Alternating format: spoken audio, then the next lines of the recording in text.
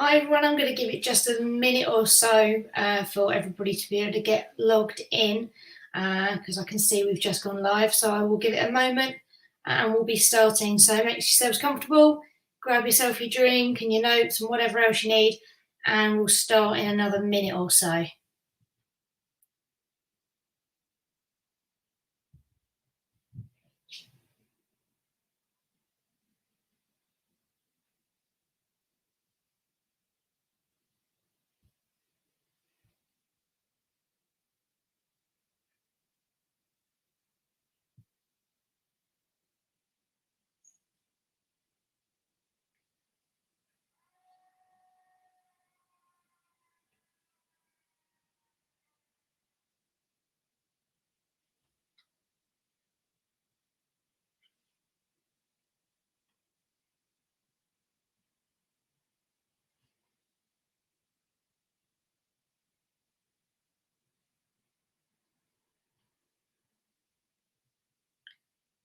Okay, I guess now that it's pretty much 10 o'clock, we'll get started.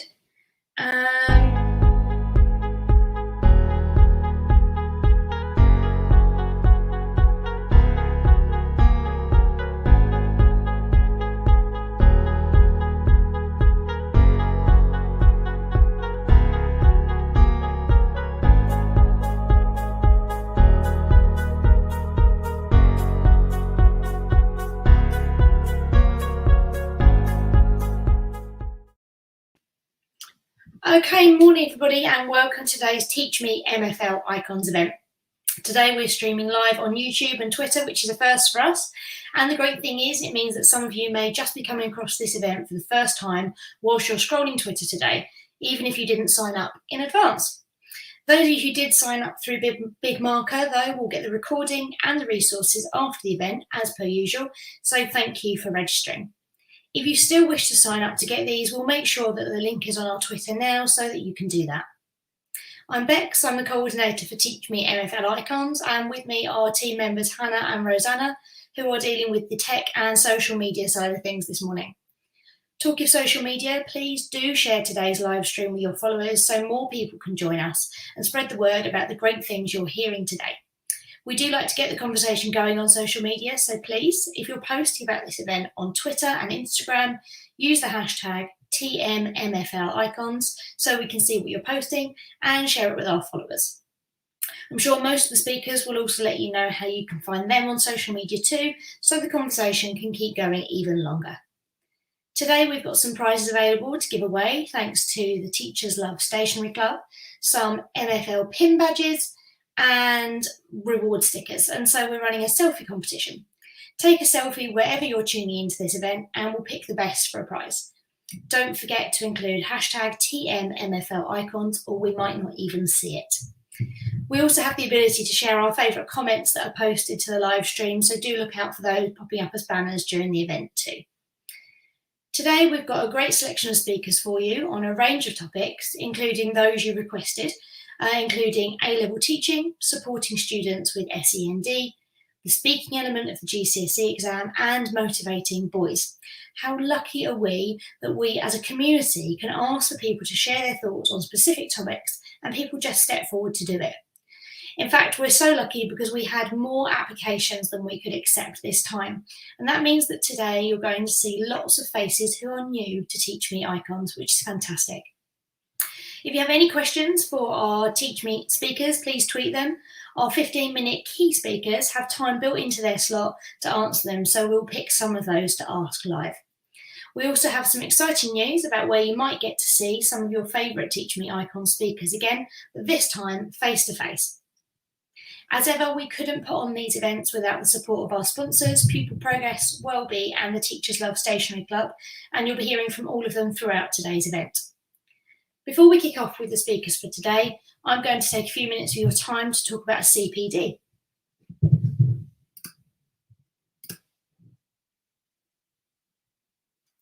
So today I want to talk to you about making your CPD about more than just having a list of new activities to try and understanding the why behind those strategies. For as long as I've been teaching, this kind of thing has been important to me, and I'm really pleased this year to have started a lead practitioner role where not only am I working with my department, but with the whole school on engaging pedagogical reading and discussion. So that's what I'm talking about today.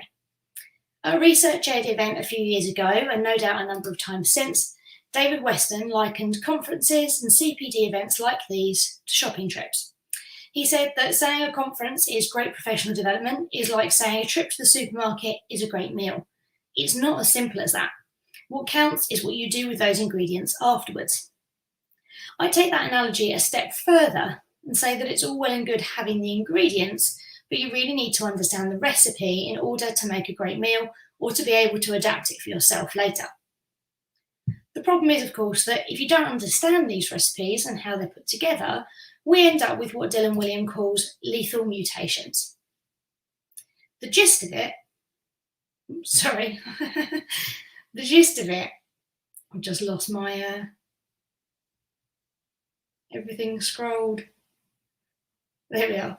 The gist of it being that these techniques and strategies are passed around and they get adapted to the point where they lose the elements that made them effective in the first place. Take, for example, retrieval practice. Without a good understanding of what retrieval practice is, we end up with every lesson starting with a quiz.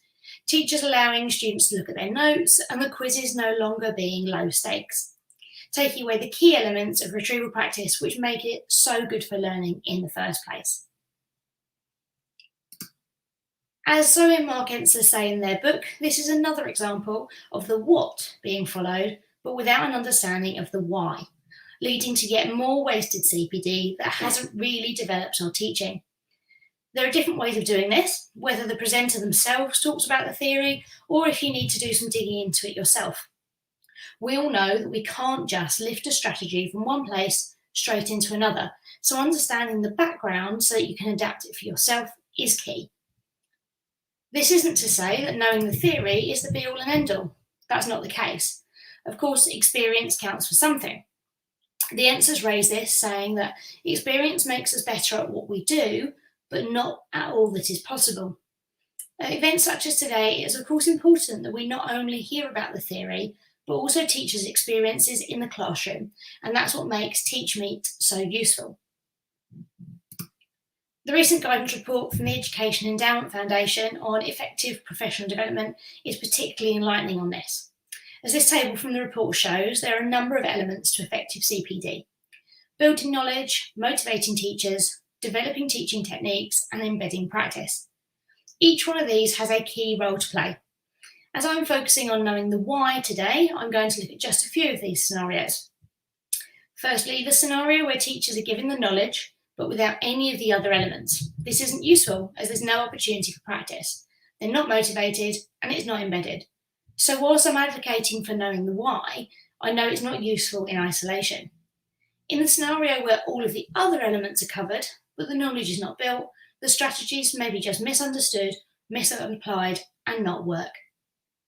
This is why I'm such a fan of reading edubooks or listening to podcasts where you can hear from other teachers about how they apply this knowledge to their classroom practice. These more informal types of CPD are great for helping busy teachers apply important knowledge to their classroom practice. CPD doesn't all have to be about events or whole staff meetings. You can direct it yourself, although as you're here on a Saturday morning, I guess you already recognise that. Whether it's MFL specific, something applicable across the curriculum, something pedagogical or pastoral, there's plenty out there that you can enjoy. The more you hear, watch, read, the more you find you'll want to know. There's a number of examples on the screen and these slides will be available for you later to take a look at. So my message to you today is, of course, take loads of notes, enjoy what you hear, but please make sure you understand it. Think about what makes it work and how you'll keep that when you use it in your classroom. Most importantly, take those ingredients, use your recipe book to make a great meal with them, and don't just throw them all together or leave them in the cupboard unused. So now for a message from our sponsor, Pupil Progress. Morning, guys. How you doing? You okay? Great to see you all. Really excited to be sponsoring the event again. Excuse me. I think we've been sponsoring now for close to 4 years. You know, I can't believe how many events there are now, MFL through to leadership to sociology the other day. So, you know, it's just incredible free CPD. So congratulations and well done. I'm actually just going to share a screen because I know I've only got a few minutes just to talk to you about what we offer. We actually have some really exciting news. I think that's come through, so we should be able to share very shortly. Perfect. If you are a Pixel school, so we've actually partnered with Pixel. So if you are a Pixel school, please tune in because you can access what you're about to see at zero cost to your school as part of your Pixel subscription, your Pixel membership. So if you do think that this is going to be useful for you, please do kind of pay attention, because what we're actually tackling is workload, stress levels with regard to actually tracking and monitoring progress and attainment. And we're really looking to support classroom practice. What you're looking at here is a bespoke tracking system. So what we're essentially doing is supporting you moving away from really difficult, cumbersome spreadsheets that are difficult to code and get you to do what they need to do. Here is an example of French AQA for higher tier. As I add data, it will automatically calculate a grade for me and will also tell me exactly how the student's working against their minimum target grade. Everything is calculated against grade boundaries that we upload to remove all of that workload for you. You will be able to add tests to basically make sure it's bespoke to your assessment delivery model that you have. And you'll be able to see here that we've got a number of really incredible bits of information: the grade the student's working at, the average unit grade, and also the number of marks that student is away. So you can start to plan strategically what needs to be delivered. You can also see that tests can be linked to topic areas. So you can add question level analysis. If your school are asking you for question level analysis and you don't have the system in place to be able to do so, this system delivers on that and gives you that really powerful information of what you want to teach next. To add a test, you choose your unit. I'm going to actually add this to the writing unit. Actually, let me add it to the reading unit. And I'm going to name this as a mock. I'm going to add quite a basic test for speed purposes. I can add one that's at just a whole mark, or I can add that question level analysis really easily. Question 1 is going to be tagged against a specific topic area of your choice. I'm only going to add 2 questions because obviously I only have a short period of time to show you what this can do. I'm going to add this against another topic area that might be 10 marks. You can see this is how easy it is. I'm now just going to add it to the tracker, and it's now going to ensure that all of those calculations are incorporated in the very latest grade boundaries to give you accurate information. And there's that test that's been added. And when I add data to that, it's going to start to tag that against the minimum target grade and also tell me what's going on as a topic summary level, so I get an understanding of what I need to teach next. It is insanely powerful at reducing your workload so you can focus on what you really want to be focusing on, which is more engaging lessons, time with students, potentially getting home on time to have a glass of wine, which is something I'm sure we'd all love to do. We also have individual reports. Now, this is a really powerful element of the software, and those individual reports do a number of things. They allow students to really engage with where they are, which increases ownership and increases buy-in. They also have an increased amount of a motivation as a result of knowing where they are. And then the obviousness of this is just how powerful it is for parents' evening and for any raise and attainment progress meetings or focus wrap meetings that you might need to have. I would have printed these off. I did. I use this system as a teacher previously myself. Now, it allows you to communicate really, really efficiently because all of this stuff is done for you. For example, when senior managers need to know what's happening from subject analysis point of view, we have taken care of that for you too. If we just go to subject analysis, you as a modern foreign language teacher would be able to go to your subject area and you'll be able to see exactly how the group is performing against their minimum target grades, their P8 and A8 scores, as well as the percentage of marks as an accumulative being achieved and any subgroup analysis. Any senior leaders watching this, okay, you can also get a grade summary of the whole entire school, as well as an A8 and P8 calculation for a grade summary which means that you've got a live picture of what is happening across the school. So not only do we have tracking and monitoring for every single subject area, including MFL, all the way from Key Stage 4 to 5 across all qualifications, including BTECs, we can now actually see an overview on a whole school picture. To access this, it's really simple. Just go to pupilprogress.com. You can literally click Start Now, and you'll be able to type in your school and you'll be able to find out if you are a Pixel school. You can actually find out by clicking on the Pixel icon whether about our actual offer, all of the details, all of our terms and conditions. It will basically tell you exactly that it's free to use as a Pixel school. And if you click here now to actually just get started, you'll be able to see that you'll type in your school. I'm going to choose a school that I know is a Pixel school, and then it will tell you that you are a Pixel school, and you'll be able to choose your 2 subject areas ready for you to basically get started. I ran over by about 40 seconds, so apologies for that, ladies. But any information you want to know, let us know. Thank you so much for your time this morning. Congratulations on such an incredible event. Thanks, Brett. Absolutely no worry about your 40 seconds. So we're going to be hearing from Hannah next. She's going to be talking about metacognition and modelling, making the GCSE speaking exam less daunting. So here's Hannah. Good morning, everyone. I'm just sharing my screen quickly. Entire screen. I think that's what I need to press. Is that right? Share. Sorry. Get my PowerPoint up. Okay, hopefully you can see that. There we go. Good morning, everyone. My name's Hannah Brown, and I'm the Head of Languages at Newton Abbot College down in Devon. This morning, I'm going to talk to you really briefly about a process that myself and my colleagues put in place to support our students before they completed their first mock speaking exam in the summer of Year 10. Which is when our students always have their first experience of sitting the full speaking exam. In our college, we've had a really big push on metacognition, rightly so, modelling kind of the thought process behind exams as much as the language going into it. That's obviously quite easy with written exams. We can use our visualisers and we can talk through a piece of paper on a desk. Obviously, the speaking exam is quite different and is a real unknown to students at that stage in the course. They can't really visualize what it's like. And we were finding that students were often more apprehensive about the process, kind of where to go, who will be there, how it's recorded, etc., rather than the language that they were having to produce. So what we thought we would do this year is we'd try and remove as much of that apprehension around the process of the exam as possible before that exam day. So what we decided to do is we decided to create a video that we could use in our lessons in the lead up to the speaking exams.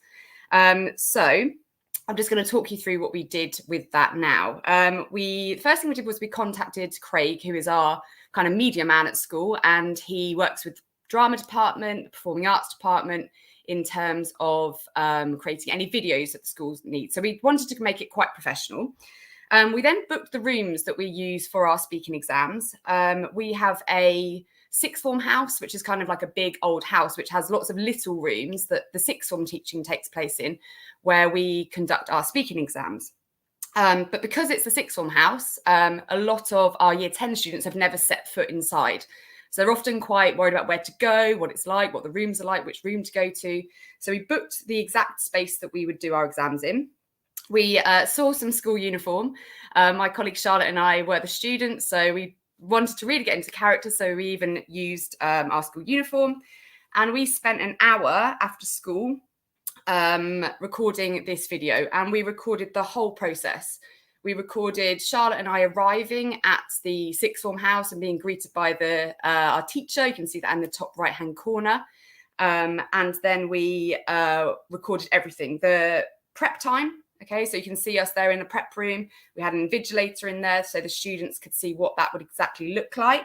We were given 2 cards at random, a photo card at random and a role play card at random. And we did our notes. We used the whole 12 minutes. We then shared those notes with the students when we showed them the video. We did the whole exam. So we did a French exam and a Spanish exam. And at the end, we did a kind of a teacher debrief where the Spanish and the French teacher were talking to each other about what we had done well. And we did a student debrief where Charlotte and I were discussing how we felt the exam had gone and the fact that actually it flew by and the process wasn't too bad, so that they could see that as well. So in class, we did a variety of different things with this once we had the video produced. We showed them the whole video in its entirety in the first lesson that we introduced the speaking exam. So they could see from the outset what it would look like. They could visualize them whenever we talked about, the 12-minute prep time, they could see what that looks like. And then we broke it down and showed different sections as we taught the different parts of the exam. So, for example, when we did the role play and the photo card, we gave the students a copy of our notes as well. So they could see everything. They could see where we had, and they were unedited notes as well. So they could see where we had crossed things out and made better use of vocabulary and changed an opinion phrase because we'd used it a few times. And they also could see how we'd laid it out, because sometimes we find that students get lost because they've laid their notes form out in a really weird way, and they lose themselves and they lose their thought process. So that was really good. We had really great feedback from students. They thought that it was a really worthwhile resource to use in class. They said that they felt much calmer and much less worried about going into the speaking exam. And it also made us think how easy it is to resort back to kind of the basics. So Charlotte and I were saying, we did our general conversation with kind of no prep, obviously. And it was quite interesting how quickly we kept going back to the same vocab. So that's meant that in year 11, we've really focused on things like adjectives. It was so easy for us to resort to interesante, divertido, etc. So we've really had a focus on pushing different adjectives. But it was a really worthwhile use of a couple of hours, and I would totally recommend it as a process in terms of leading up to the speaking exam. So I hope you found that useful. I forgot to stop my timer, so I've got no idea how long that took. So hopefully I'm still within time. But I hope everyone else has a really good day. Thanks, Hannah. That was excellent. And actually something that never occurred to me as being a thing to do, and actually makes total sense when you talk about it. So that's brilliant. Thank you. No problem. On our screen, we should get to see Margarita, and she's going to be talking to us about the power of Canva education to teach A-level literary and cultural topics. You're muted, Margarita. Is that better? Yes. Hi. Hello, everyone. My name is Margarita Mortimer, and I'm going to be sharing the screen now. I hope it works. Let me have a look. Right. So I'm just going to be sharing, hopefully you could see in a second, my presentation about Canva. So I'm going to actually start. Sorry, it's not at the beginning. I was practicing. I decided to actually use Canva during lockdown because I attended one of the webinars from Helen Mayer and Joe Dale about all sorts of things, thanks to the MFL Tutorati. And Canva, I started using it for doing like sort of certificates for the students and then posters. And then I thought, well, actually, Canva has got lots of application. So I started then thinking a little bit about using it to teach literature, which is really what my passion is. I've been teaching A-level literature for a long time and cultural topics at A-level. And I also work for AQA as an examiner for specifically the essay writing. So it's a literary topics. Why Canva? So Canva is great for synchronicity, so blended learning. It's also free for teachers. It's very easy to use and edit. Anyone can actually upload Canva and do all sorts of things with it. It's really interactive and very intuitive. You can add elements such as YouTube, flip grips, videos, anything online, you can actually add it. You can upload images, including your emojis and QRs, as you can see here. So that QR is actually this presentation on a QR. You can record yourselves and set questions for the students. So I did that during the time when some of the students were still at home. So it was very useful for, for blended learning. You can set classes and set assignments just like in a Teams or in Google Class. And you can even add music background, which I did have on this presentation, but I have disabled it so you can actually hear me.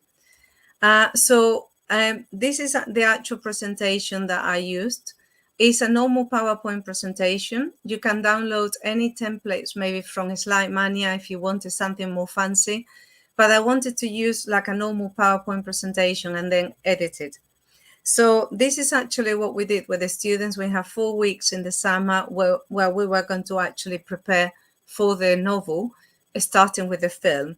So these are all these hyperlinks I share with the students, and obviously it's difficult to show you here. And then we talk a little bit about Mexico. And then one example of a blended ability of Canva education is that you can actually have like a YouTube video on Laura Esquivel, which the student have to watch in different rooms, breakout rooms, and then write a summary of 90 words, which is what they have to do for the listening paper, and then come back to the team meeting and tell us all about it. We also have some questions about the film that they needed to answer because that was a homework. They were watching the film before the lesson. Then we discussed about the argument, and there were all these sentences that were actually in the wrong order, and they have to put them in the right order. So to show me that there was an awareness of the plot, and they knew the plot. And then I did actually record myself. Vamos a hablar entonces un poquito sobre los personajes. So, ¿cuáles son los personajes que son principales y por qué? ¿Y cuáles son los personajes secundarios? También podemos hablar un poco sobre... So I actually record myself, and they were able to, those who were at home in schools. At one point, I had people in the school and people at home. So they could actually all take part. So I was streaming this because there's a link. So with the link, they could actually, follow the lesson that I was doing. So sometimes it was live lessons, sometimes it was actually at home, or some of them were at home still. Then this was actually for them to do, so they have to be doing that. That was a homework. And then again, we did another homework that they have to learn about realismo mágico. And for homework, I actually link it to Ed Paso. So Ed Paso is also very good because it has got, you can set up groups and homework. And I did this video. I took it from YouTube, and then I actually asked them questions that they have to answer for homework. So that was quite useful. This is my favorite. And we were then talking about all the recipes and the quotes, the best quotes. For homework, I asked the students to actually cook some of the recipes. And this is to a student's homework. I'm just going to share a little bit. No las tires, mi niña. Puedes hacer con ellas. So literally, this is the students actually doing the recipes and following the recipe, and they really love it. So that was very successful, in my opinion. And then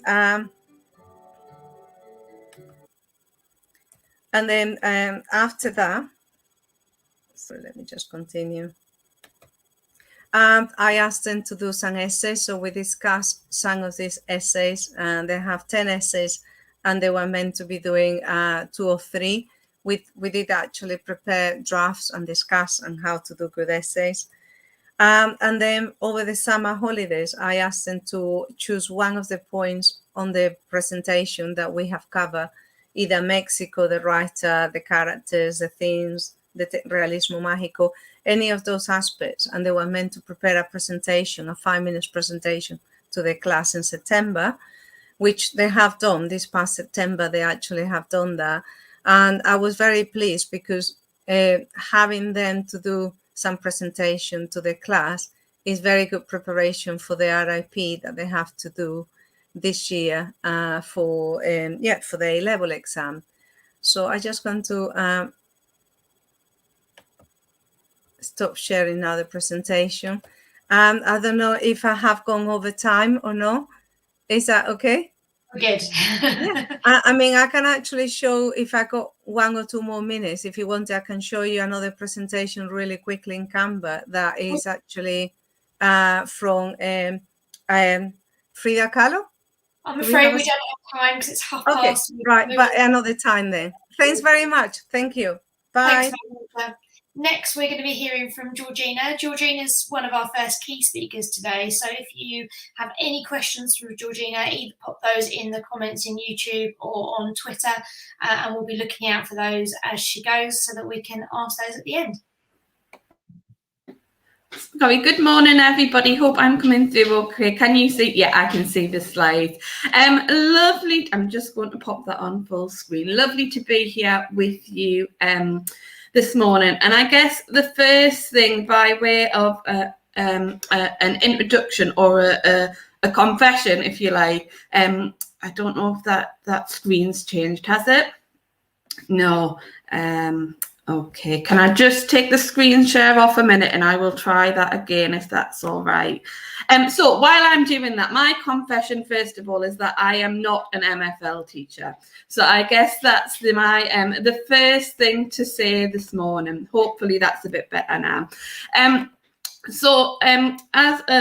Apologies, I'm clicking all sorts.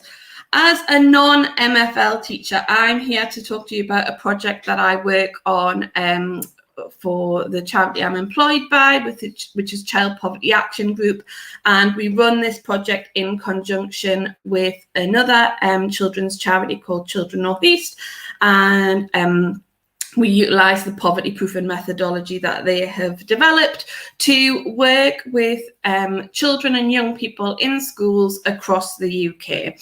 And whilst I'm not an MFL teacher, the insight that I am here to bring or share with you today is that cost of the school day and poverty proofing are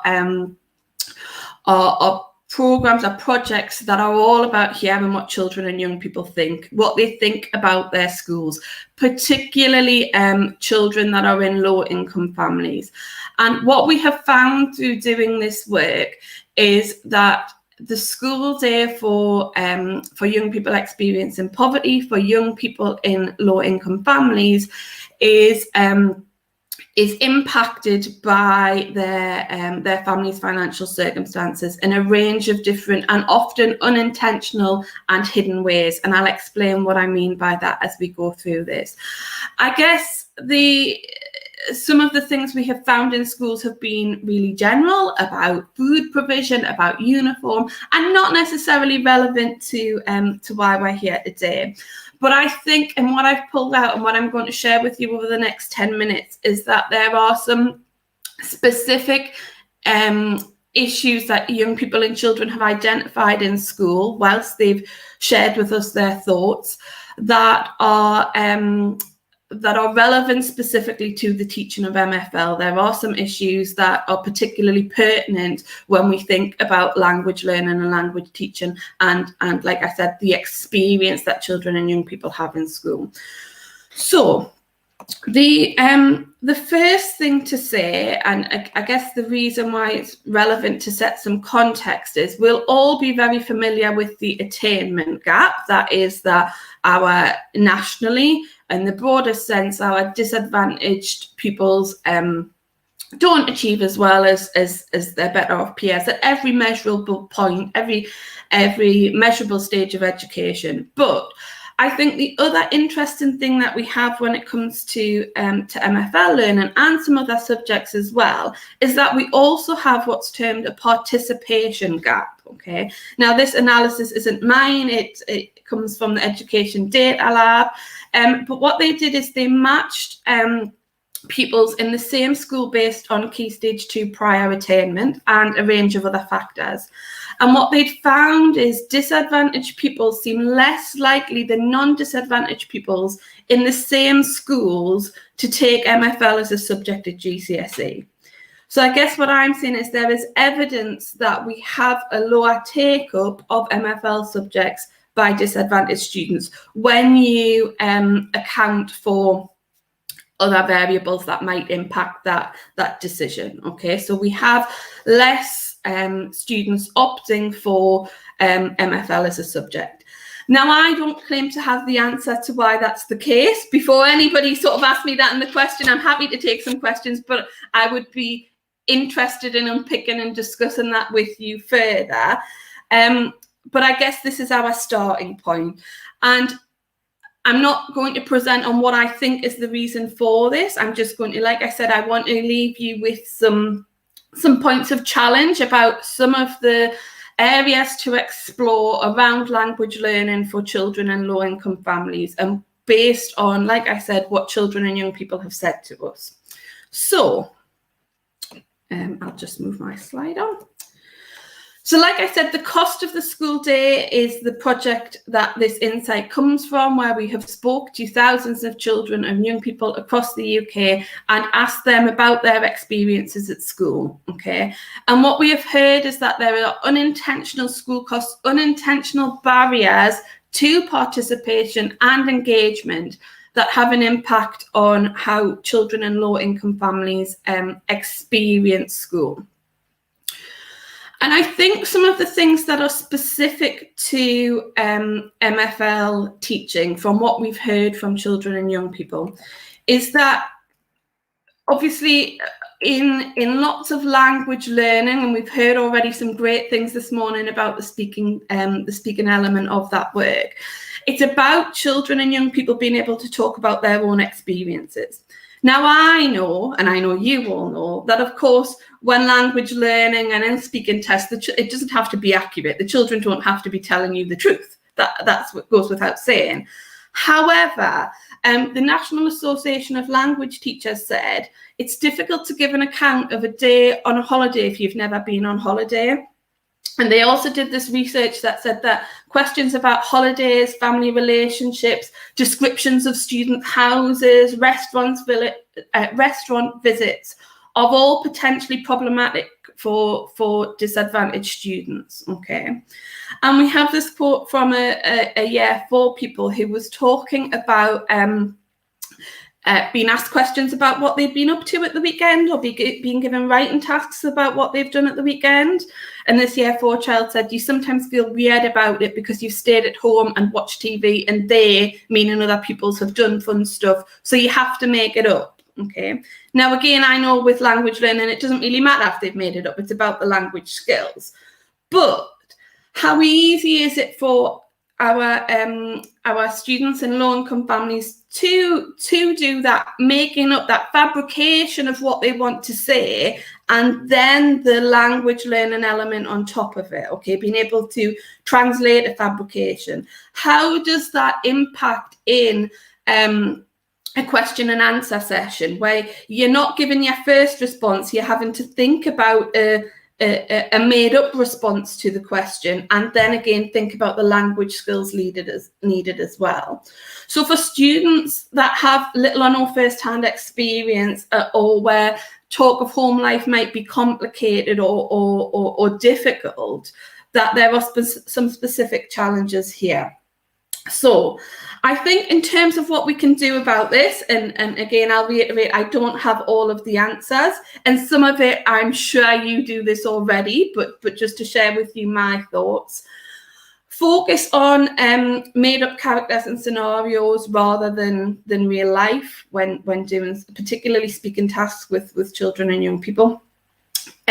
Provide case studies that students can use as an inspiration if they don't have their own answers or their own responses, or just don't want to share, but that might resonate with their own experiences as well, okay? So don't make them, you know, a million miles away from what could be realistic, because that helps with, again, with that processing.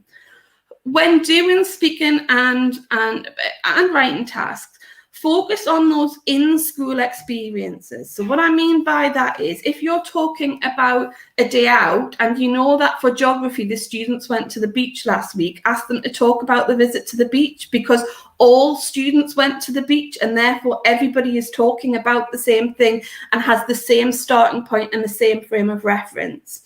Similarly, if you're a secondary teacher, find out what your students did in primary, particularly in terms of that extracurricular, if they went on residentials, because then again, when you start talking about holidays, rather than saying, just tell me about a holiday you've been on over the summer, you can say, we're going to talk today in French about the year 6 residential that you all went on, okay? So use what you know about experiences that school has been able to provide that all children will have participated in. Think about speaking tasks, which tasks you ask students to share with the class and which tasks are written tasks. So for those that are going to be about personal experiences and there's no alternative, you do need them to reflect on their own stories or their own experiences, are they better as written tasks? If they do need to be speaking tasks, do they need to be whole class speaking tasks? Or could they be more on a one-to-one basis, so that if somebody is talking about their own experiences and might be finding it a bit more challenging, if that is a requirement, that there are still different ways of doing this. The other things, I guess, are around one of the interesting parts of language learning quite often is around sort of trips and additional opportunities. So I think the first thing to say is to think about what we're offering in terms of that and price point and who goes on it. Do we know who goes on not just the one trip that you run, but if we looked at all of the trips that have been on over a 3-year period, is it the same students that regularly go and the same students that don't go? Okay. And how can we reduce the cost to provide all students with that experience? Some other things to think about with trips: notice periods for payments, including the deposit, because quite often schools set up great payment plans for the later parts of payment, but don't always think the deposits often have to be paid quite quickly, which can be challenging for families that are finding things more difficult financially. Think about the whole cost of the trip. So spending money, what students are going to need while they're there, not just the price to go and how you administer that. So I've seen schools do some really great things with money loaded onto cards, so €50 loaded onto cards rather than students carrying cash, which makes it easier to monitor who's got what and also stop students comparing how much cash they've got because they potentially can't see it. Avoid doing things like first come, first serve when it comes to trips, because some families might not have the money available to pay the deposit straight away. So if there are limited numbers of places, think about alternatives. If a trip's going to take place during term time, particularly if it's residential, consider free school meal entitlement while you're away. What will happen to that entitlement? And the other thing, I guess, just normalise talking about money, okay? When we're offering trips and additional opportunities, let's say to students, we want as many people as possible to participate in this. And if the cost is going to be a barrier, please do speak to us. We don't make any assurances on what that might look like, but just, to think about that, because you'll see the quotes from students, and I think that again the year 4 one's the one that's most powerful for me. We know that students just don't ask sometimes. The people that said if a trip was expensive, I wouldn't ask my mum. So they're self-selecting sometimes around this issue as well. So last couple of minutes, if I've got my time correct. The other thing, I guess, just to think about, and this isn't a specific, this isn't MFL specific, but I've tried to think about MFL resources, is just around the costs associated with buying resources for schools. So we have compulsory and non-subject specific, quite often it's stationery, but what about all those optional things like dictionaries, revision guides, home learning resources, digital resources, and if we're doing European Day of Languages, which might be themed or dressed up, what about the resources involved with that, and how do those costs impact on families as well? Again, I've I've got some more thoughts on that if anybody wanted to hear them.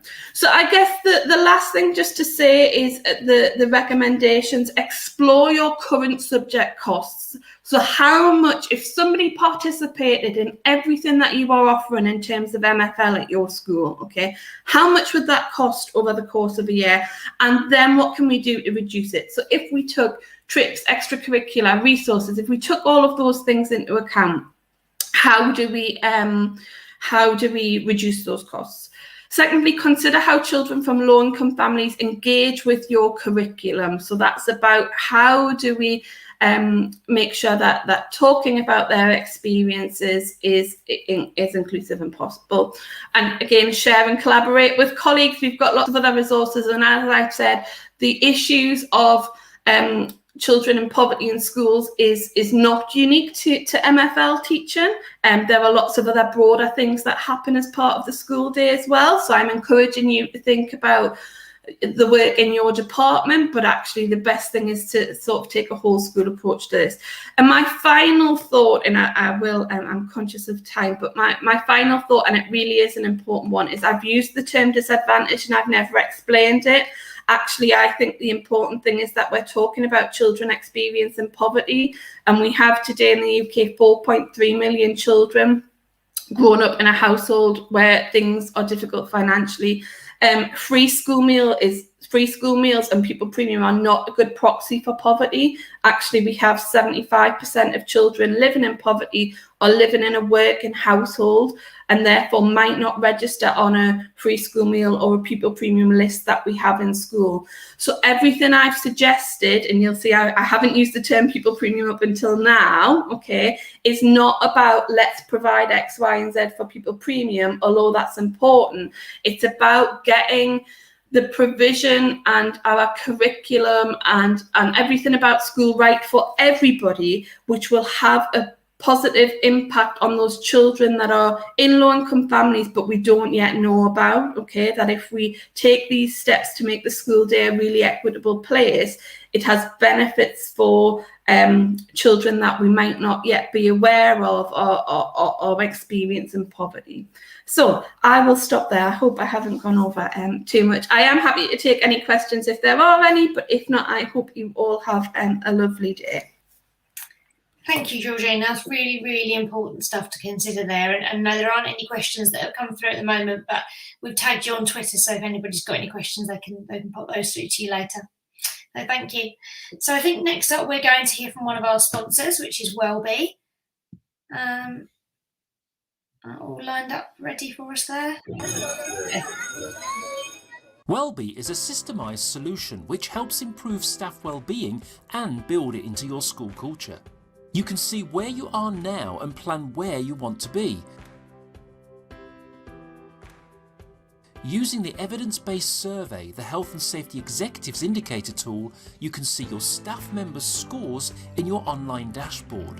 This shares a full report including analysis, benchmarks and heat maps. Use our suggested priority actions, which means it's much easier and faster to take positive steps. Staff also share their comments, providing further insight into actions needed, and you're able to respond to them anonymously, creating greater engagement. Wellbe allows you to easily share your results with staff and governors using a PowerPoint presentation which you can easily download. You can book a results review call with a wellbeing expert and let us help you set the right goals and actions to achieve the outcomes you need.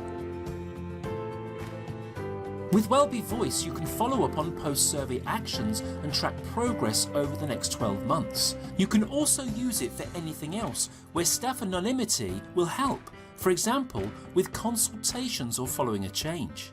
Send staff members a message, ask a question or seek feedback. It's as easy as sending an email. The one difference being it is an anonymous conversation. You can invite all staff to take part or groups as little as 8. This means that you only need to invite relevant staff, such as those affected by the changes you've made. This might be teachers, support staff, middle leaders, teaching assistants, or any group of staff in your school. You choose the titles you use. Staff receive their invitation by email, click on the button to respond through a web page, only they see and are able to send you their feedback. You see this in your school dashboard, where you can read and choose to respond if you wish. You can set up multiple users across your leadership team to share workload and enable others to seek feedback from their team. It really is that easy. Our online user guides make sure Wellbe Survey and Voice are quick and easy to use. Our online toolkit will help accelerate your progress and ensure you reach the outcomes you need. The available resources are targeted at those areas we know will build your foundations and have the biggest impact on staff well-being, and include a staff well-being policy and strategy template, 12 competencies proven to prevent and reduce staff stress, and the ability to self-assess against these through 4 online questionnaires. This means that all your leaders will have a high awareness of those behaviours that will make well-being simply part of your everyday culture. Online training in 5 of the key behaviours that will make the biggest difference in your school.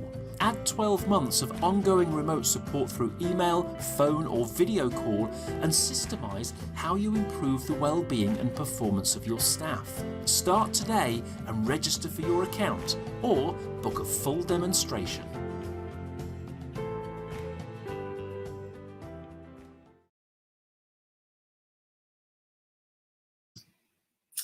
Okay, so before we hear from our next speaker, I just wanted to remind you we've got our selfie competition going on Twitter and on Instagram.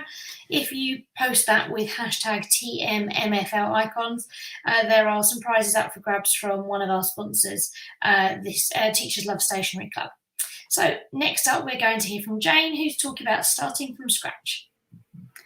Hi there, good morning. Thanks, Bex. Hopefully it's working, but give me a shout if it isn't, because I can only see my slide. Hi, everyone. Hi, I'm Jane Hudson. I'm the new head of MFL at Christchurch Secondary, which is in South Birmingham. It's a brand new school, which is really exciting. I've moved up from London. I was previously head of MFL at Michaela Community School. Starting a department from scratch has given me a really amazing opportunity. Just giving me a chance to question what works, from my experience, what I'd like to keep, what I'd like to ditch, what I'd like to think about a bit more. And it's just been an amazing process. So I thought I'd maybe share some of the decisions and the processes that I've gone through. The first one was to think about how many languages. I'd love to have loads of languages on the books, but we actually decided we're just going to focus on one. We've actually only got year 7s at the moment. So we're just going to start with French for now and then hopefully build on in a couple of years, give them an option. I'd like to keep French compulsory for as long as possible. We'll see how it goes. So my start point, it was tempting to think, that the end goal is GCSEs, but actually we're looking a bit beyond that and we're thinking about what kind of language learners we want them to be. We want them to be successful. So we want them successful in their learning, obviously, but we also want them to be joyful and that they actually get that joy from the language itself. We want them to be purposeful, which I know has been spoken about already today. So really understanding why they're learning a language and having that as an extra motivation.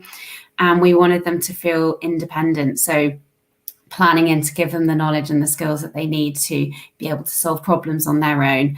And that was the idea. That was the big thinking at the start.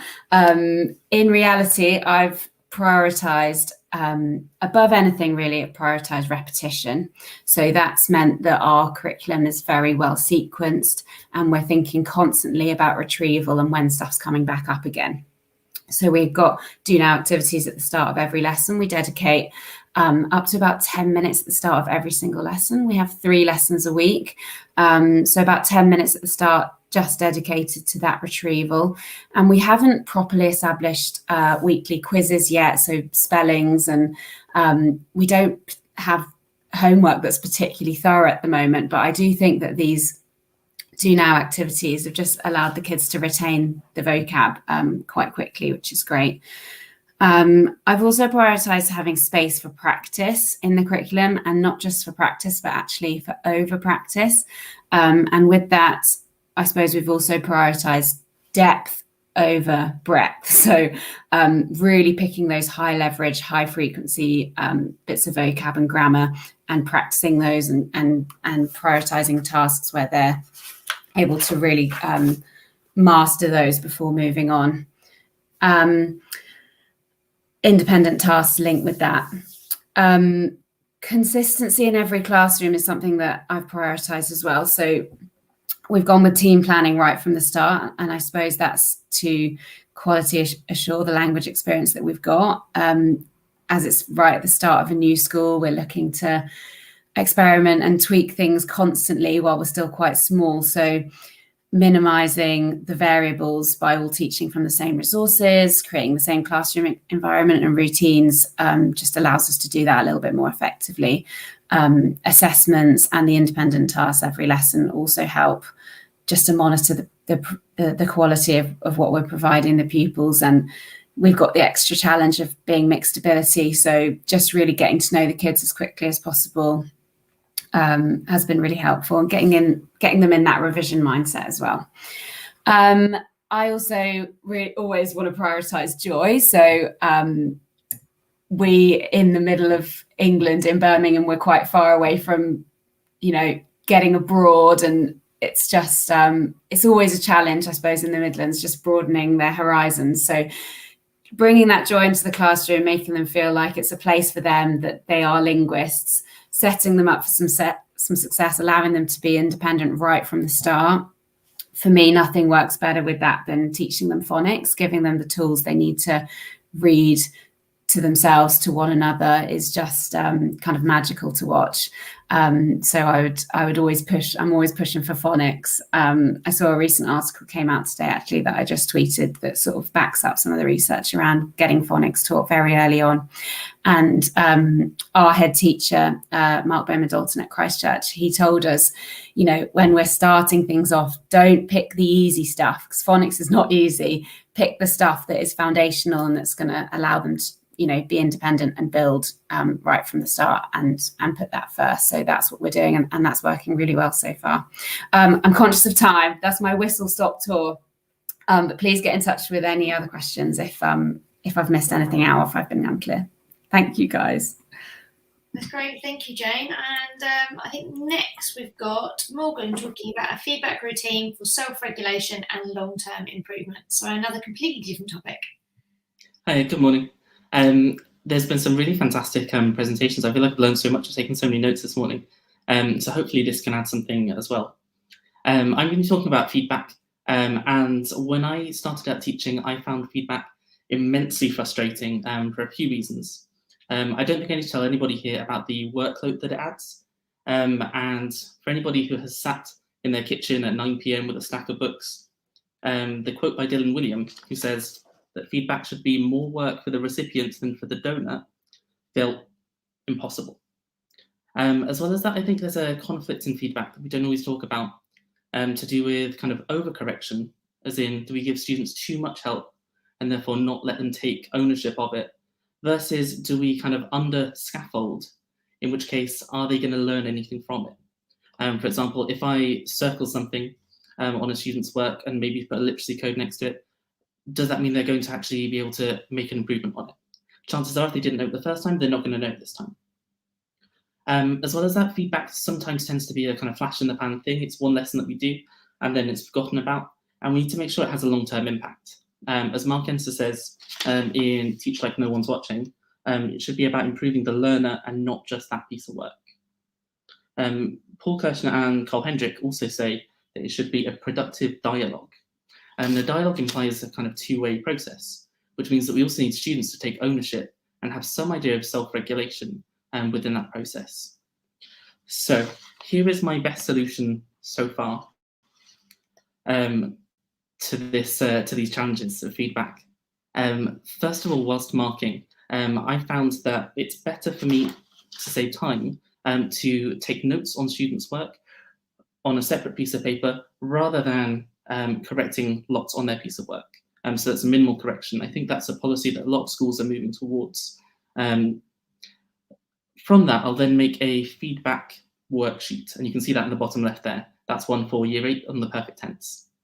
And this will be aiming to kind of rescaffold, readdress some of the most common errors, but also some of the good things as well that students have done. Maybe if they've done some very nice work, or it's a very nice sentence, I'll put that on there as well. We can discuss why is it so good.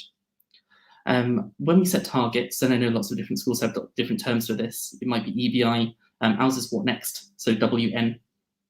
So you can see there in the bottom right. What I'm going to do is just number the things, so that'll be nice and quick when I write it into their book. I'm not writing the same thing every time, but I'm going to put WN1 or WN2, maybe 3 and 4, to save myself time. As well as that, I think doing this and then getting the students to copy it out, I can just add in that little bit more depth that also connects it to the assessment criteria jargon, because we know that what the students actually need to physically do, the thoughts they need to have and the actions they need to take don't 100% correspond to the wording of, for example, an exam board assessment criteria. Attached to each of those, I will have a what next task, and that will be something that should directly target and help them improve their learning on that area. The idea when we get to the feedback lesson then is that I'll get everybody to do the worksheet, and that worksheet should then neatly scaffold up to the what next task. The idea being that I've given students just enough to help them target the improvements they need to make in their work. And now, I realize I've said that I'm thinking about workload, and I've just said make a new worksheet, which doesn't seem to save much time at all. However, this is how I promise you it does. This worksheet, and you can see this one for 8S, the year I used this, I taught 3 different year 8 classes. And for the other year 8 classes, I was able to use more or less the same worksheet, adapted slightly to the ways that I taught them, and perhaps the different kinds of errors that they'd made. And then the next year, I was able to use more or less the same worksheet again, with a few little different changes based on the common errors that came up that year, because the common errors often tend to be more or less the same between years. It was also a nice little record for me of perhaps the kinds of things that I need to work on in my teaching, or perhaps need to teach that part a little bit better, or point out that misconception before it came up. Then in subsequent lessons, and I think this will then be the long-term impact part of this, I then go back to those feedback sheets and those activities, and I'll reuse them as starters. The idea being that this should have students coming back to those things, and I'll make them aware of it. I'll say, we did this 2 months ago, or in the last unit, we did this. To really make them aware and to try and get that buy-in, that investment, that ownership, self-regulation as well. And hoping, the idea being that it should help them see that progress. And if they can then do those exercises before on the mistakes that they made in a previous piece of work, that should hopefully mean that we've made a long-term improvement in their learning, that they will have taken some ownership of it. And as well as that, hopefully it should have saved us a little bit of time as well. There we go. I hope that's done justice to it. Thanks very much for having me. Thanks, Morgan. That's really interesting stuff about feedback and the workload saving. The workload saving, I think, being one of the most important things about the whole lot of it. So next up, we are hearing from Joe, and Joe is talking to us about bringing languages to life with giftcap.dev. Fantastic. Lovely. Thanks, Bex. And great to be here. Thanks for organising another fantastic event. I've only got 5 minutes, so I'm going to crack on. So for those people that don't know me, I'm a former languages teacher, now independent languages consultant. My contact details are on the screen. And today I'm going to talk about giftcap.dev and how you can use it as a way of modeling structures and bringing grammar to life. I'd love to know in the chat, which I'm following on Twitter on my iPad, how you're using animated GIFs in your languages lessons, either in presentations or for feedback, etc. And I'm going to give you a few ideas in today's session. Okay, so in this short presentation, I'm going to show you very quickly how you can create an animated GIF using giftcap.dev and how you can use it for grammar as well as word order. You can also use it for things like speaking practice, for dialogues, for explaining how to conjugate verbs. I'm actually doing a much longer extended version of this at the language show, which is in a month's time, but this is a little taster for you to start off with. Okay. So giftcap.dev is a free tool. It's been around for not that long, and it allows you to record your screen, but instead of recording your screen as a video, it allows you to make an animated GIF. So I'm going to show you an example right now, and then I'm going to show you how to create this live. So this is an example of Jamboard. I mean, I could be using, say, a PowerPoint or a Google Slides presentation. It doesn't matter. All I'm doing is I'm manually moving the text boxes on the screen into the correct order. So I could, for example, if I was doing the perfect tense in French, I could then model how to form the perfect tense, get the students then to create their own. So how do you do this? So I'm going to come out to my presentation, and here's a Jamboard I've created, and I'm going to click on giftcap.dev and click start recording. I'm now going to share my screen like this. There we are. And it started to record. I then go back to Jamboard and I start to put the items in the right order. So for example, I want to start here. giftcap.dev is great for practicing. It's not recording my voice, so I'm just saying it to remind myself. Word order. There we are. So that's the idea. Right. I then go back to giftcap.dev and I click stop recording. Then what happens is I go here, as you can see, and I want to find the starting point where I want the GIF to begin. So it's going to be, there we are, it's about there. So I then move the slider to the point I want it to start. I then move the marker there to that point, and then I press play and watch the rest of the GIF. In fact, what I can do, I can just jump ahead. Let's have a look here. So about there, that's fine. Then I go here. Oh, typical. Let's go back. The great thing about doing things live, there we are, that'll do. So then I go here, like that. Now that's lovely, but you can see that the cursor is across. So what you can do is you can hold down the cursor and you can actually crop the bit of the whatever you've captured, so that you've only got the bit that you want, which is really fantastic. So as I said, you could do this with Google Slides, with Jamboard, with PowerPoint, etc. Then I click render, and it produces a really high quality version. So there it is. I then click download, click save. There it is, and I go back to Jamboard. And now, if I wanted to, I have to click on the image option first. I can then literally, there we are, drag and drop it onto there, like that. And there's the animated GIF, which is going to appear in a second. There we are. There it is. Or what I could do, I could delete that. I could click on a new frame, and I could click the set background option and click the image option here, and then literally drag and drop this here. So that means the advantage of doing it that way is it means that when I share the Jamboard with the students, they can't move the animated GIF around. So you could model it, as I said, and then get the students to create their own in Jamboard. That's the suggestion. And as I said, you could use this with other platforms. It's not Google related. Okay, so that's the idea. I'd love to see your feedback about this. And here's a few other ideas on how you could use this. As I said, many more in the language show coming up next month. So you could use this, for example, in addition to word order, you could use this in this example on how to change the language of your Bitmoji by going into Chrome, going to settings, advanced settings, languages, choosing the language that you want to add, and then clicking on move to the top, and then your Bitmojis will be in that language, which I think could be very, very useful. So any sort of EdTech tip you want to share with the students, why not make it into an animated GIF? Another idea is, I know lots of you are fans of the snipping tool, where the Windows 10 version of the snipping tool is called Snip and Sketch. And with this one, what I've done is I've shown how you can use Snip and Sketch as a way of making a screenshot of any text on your screen. In this case, I'm using Google Docs. So I've actually configured Snip and Sketch to work when I press the print screen button. So what I've done is I've then just taken a screen grab, posted it into Snip and Sketch. I can then annotate in Snip and Sketch over the top, as you can see. And then it copies it automatically to the clipboard, the annotated version. I can then paste it into Google Docs. So it could be an easy way of annotating, maybe if you're doing live writing in front of everybody, and then go through a particular example and annotate it live in the class.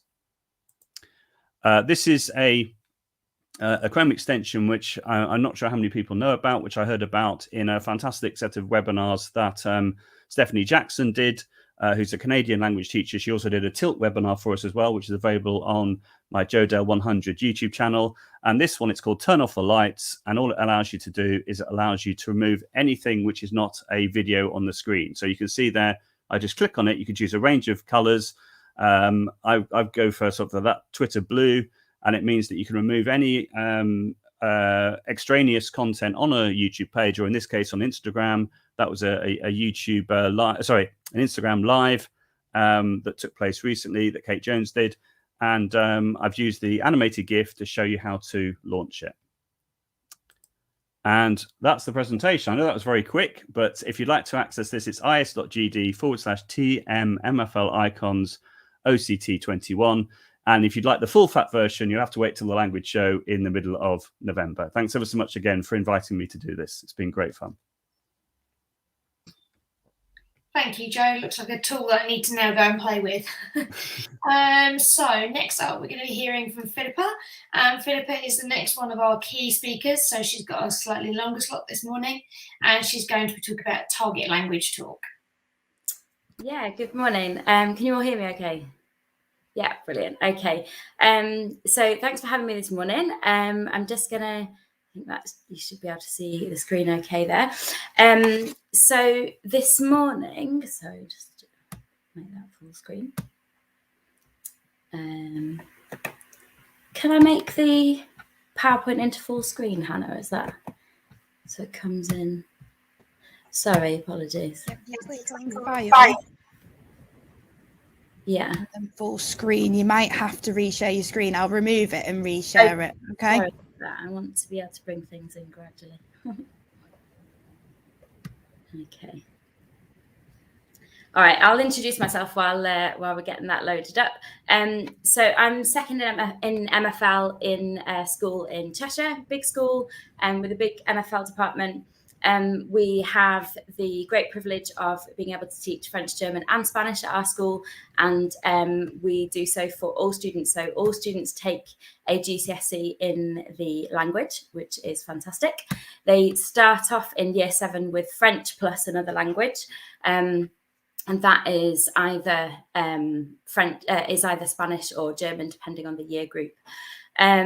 So we obviously, that kind of impacts on the motivation of our students. We have quite big classes, even right up to GCSE, but it has also obviously lots of positive impacts as well. We have a good size A-level cohort as well every year, so that's fantastic. I'm not seeing these slides moving along here, Hannah, sorry. Are you able to click file at the top? Yeah. It's not changing on the screen. It's not letting me click through. Okay, I will talk through anyway. I'm sorry you're not able to see. Let me remove your slides and we'll try again. Yeah.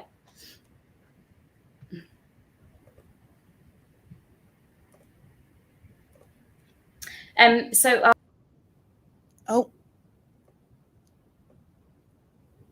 we've lost Philippa.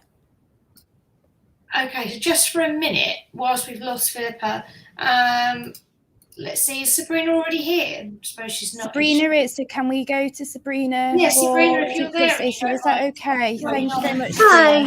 Okay, we'll just do this first and we'll bring Philippa back on when she's back and after you. Yeah, good call. Hi.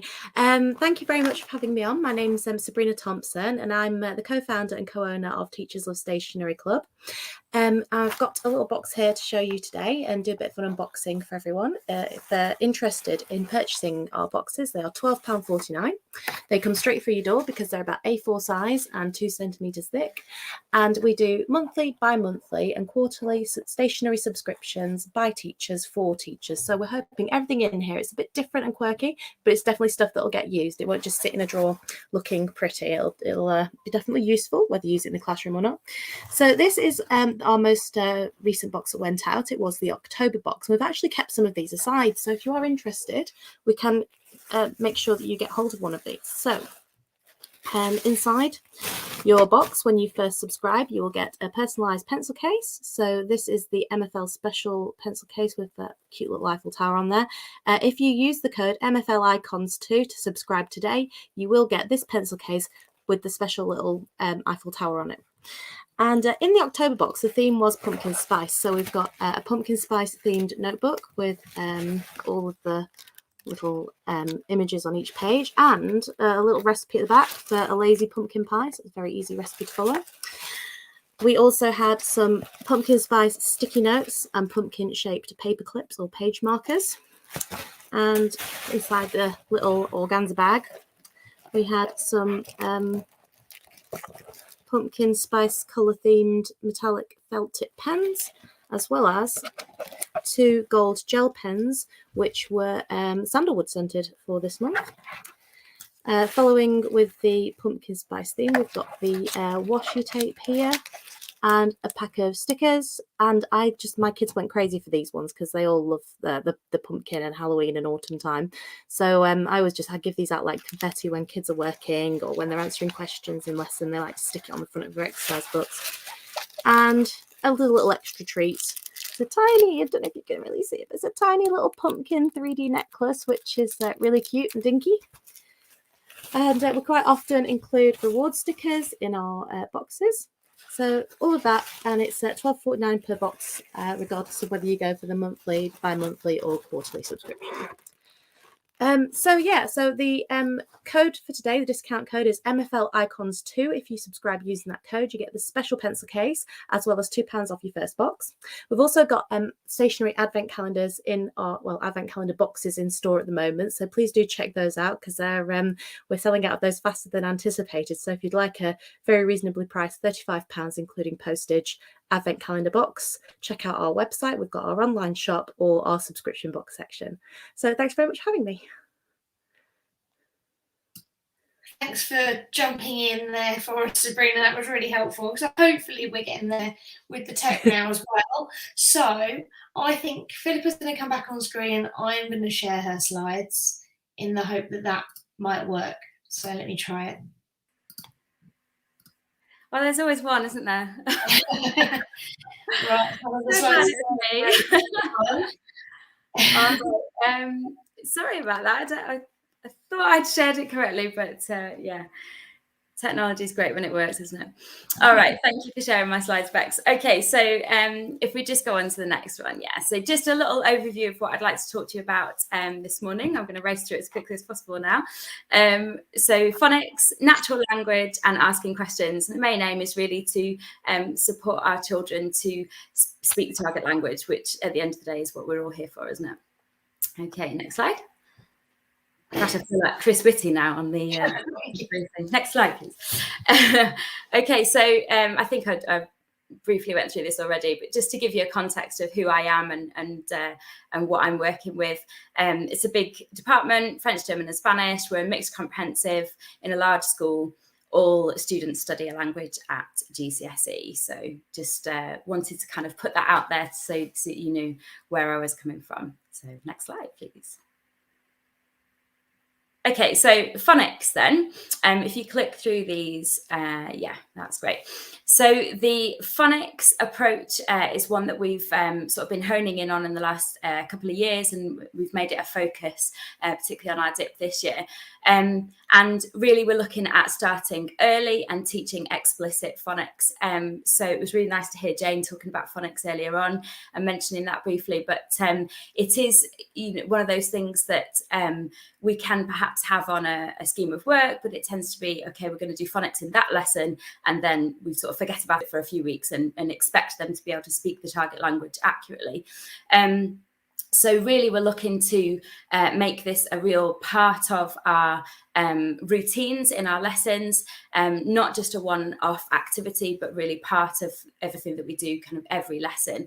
And certainly for myself, I'm starting every lesson with a recap on phonics sounds. I think it's really important to make it fun. That's, that helps with the engagement. For me personally, I'm looking at kind of focusing on maybe 4 or 5 sounds with particular groups, starting right from year 7, from the very first lesson, Hudson, and really getting them to repeat those sounds explicitly, sort of honing in on what does that sound make you think of. So trying to give them a link to something else. So for example, the French r sound, which English language speakers always struggle with, I tell them, okay, imagine you've got a piece of popcorn stuck in the back of your throat and you're trying to get it out, and really get them to repeat that sound. And then when they come back to making this sound later on, and they start to try and say r, I say to them, oh, hang on a minute, you've got some popcorn in your throat. And they really remember then that this is got to be an effort, and that connection is there with some sort of a link that I've made. In German, we have the Z sounds like a ts. So I always tell them this is like a hi-hat sound, as if you're hitting a hi-hat, and get them kind of really rhythmically repeating that sound as a class as well. So we're kind of going through going tss, tss, tss, tss, tss, and they're getting involved in doing it. And then they read a piece of German out loud, they see a Z, they say it Z, and I literally just go like this to them, and they're ready with the tss sound. They're reminded of that. I think it's important with looking at phonics and pronunciation to limit the focus, so that we're not, I think Morgan mentioned earlier about overcorrecting. That can be a massive barrier for students, especially those first starting out in year 7. They've maybe done languages at primary school and it's all been fun and games, and then they get to secondary school and they're told, no, you're saying it wrong. So it's really just about limiting to the phonics that you have actually taught them.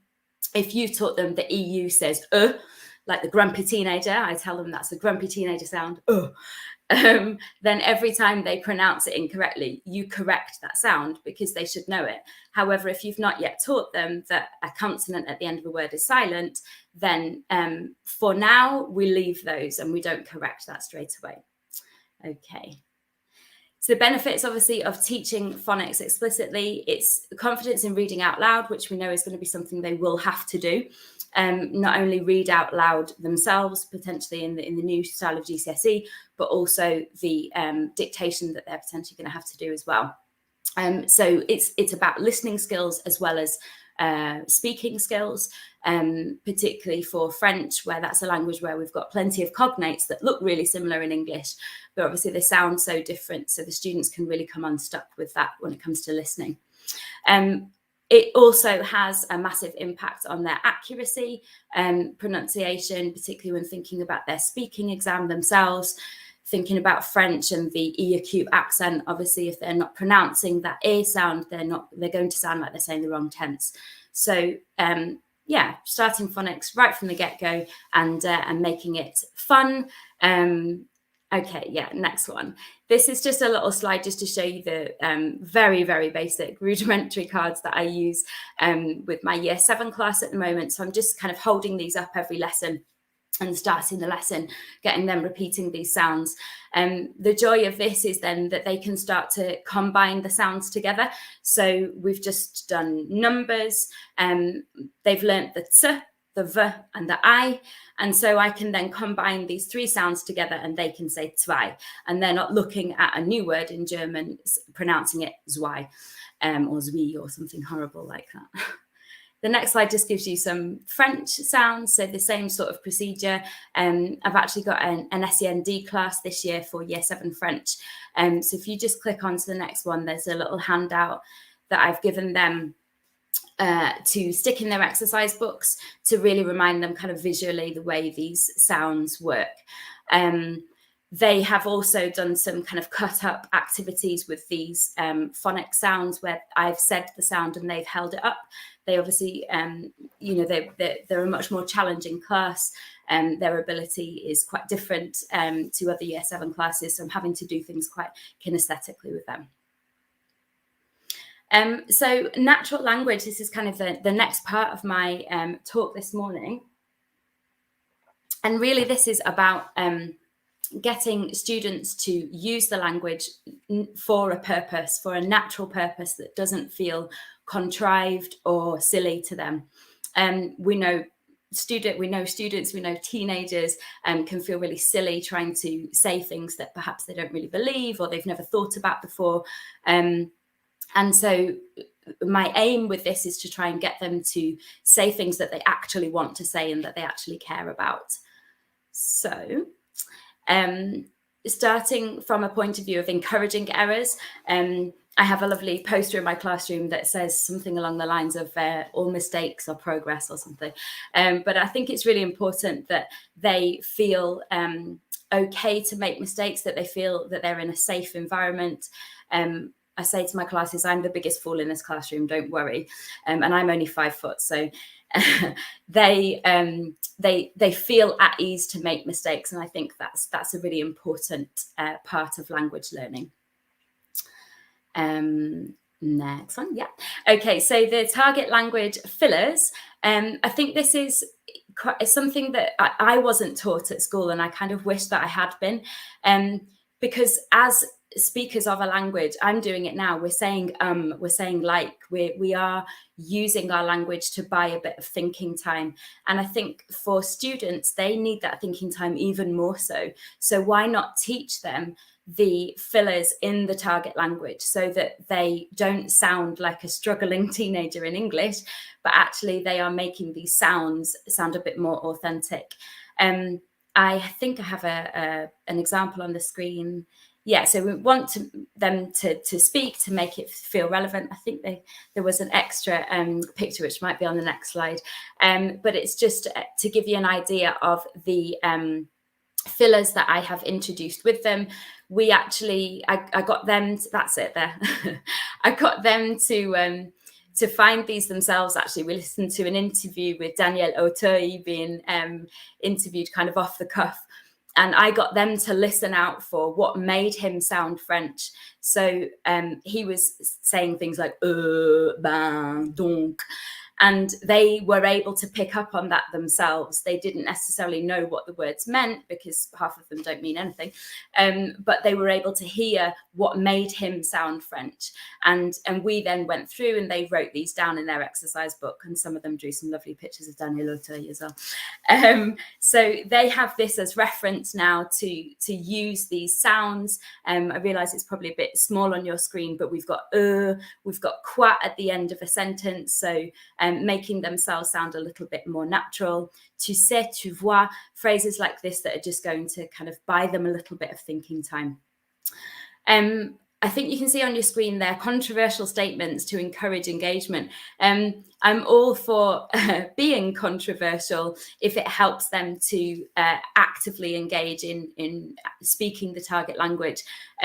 We are a roughly Manchester-based school, and so our classrooms tend to be divided over city or United. And so on the next slide, you can see an example of a statement that I've used. Oh, no, you can't. It's probably on the next slide along, sorry.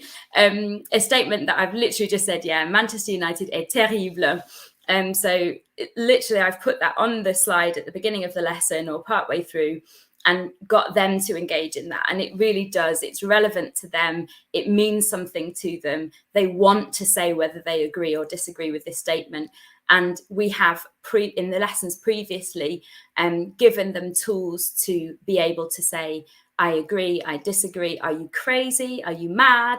And phrases that actually feel natural to them. So if you could go back to the slide previously, thank you.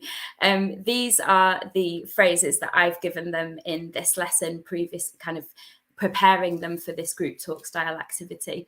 So I've done it as a little lift the flap activity, just so it's nice and easy for them to find in their exercise books as a reference point. They have the phrases up on the screen and they have to match them up with the English meaning. We then go through and they're repeating these phrases with lovely expression in their voices. So we've got a whole class of kind of year 9 students saying, tu plaisantes, nice and loud. And these types of phrases, because they are natural to them, they're the type of thing that they would be saying in English, and they seem to stick in their minds a little bit better. Unfortunately, this has come to bite me in the backside in that I have a particular year 11 student who has remembered the phrase "halt die Klappe," which for the non-Germanists means shut your mouth. I'm kind of regretting teaching him that one, but yeah, it's phrases that stick in their memory. Okay.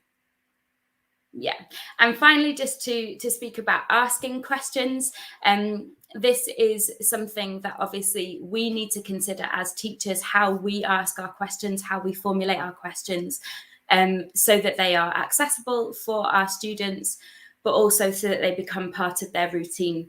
In our department, we tend to either start each lesson with a question, or the title of our lesson will be a question.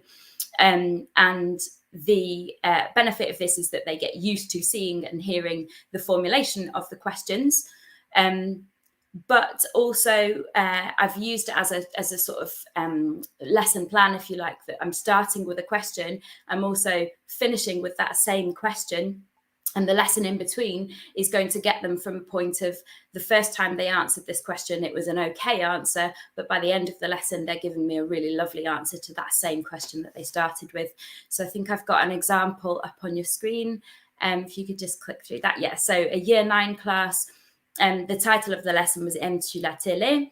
I asked them right at the start, Aimes-tu la télé? Their answers were pretty basic. Oui, j'aime la télé was about as much as they could manage.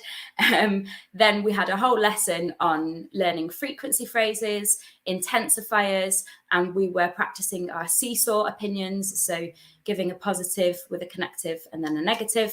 And then by the end of the lesson, I asked them the same question again, recapped that question, Aimes-tu la télé?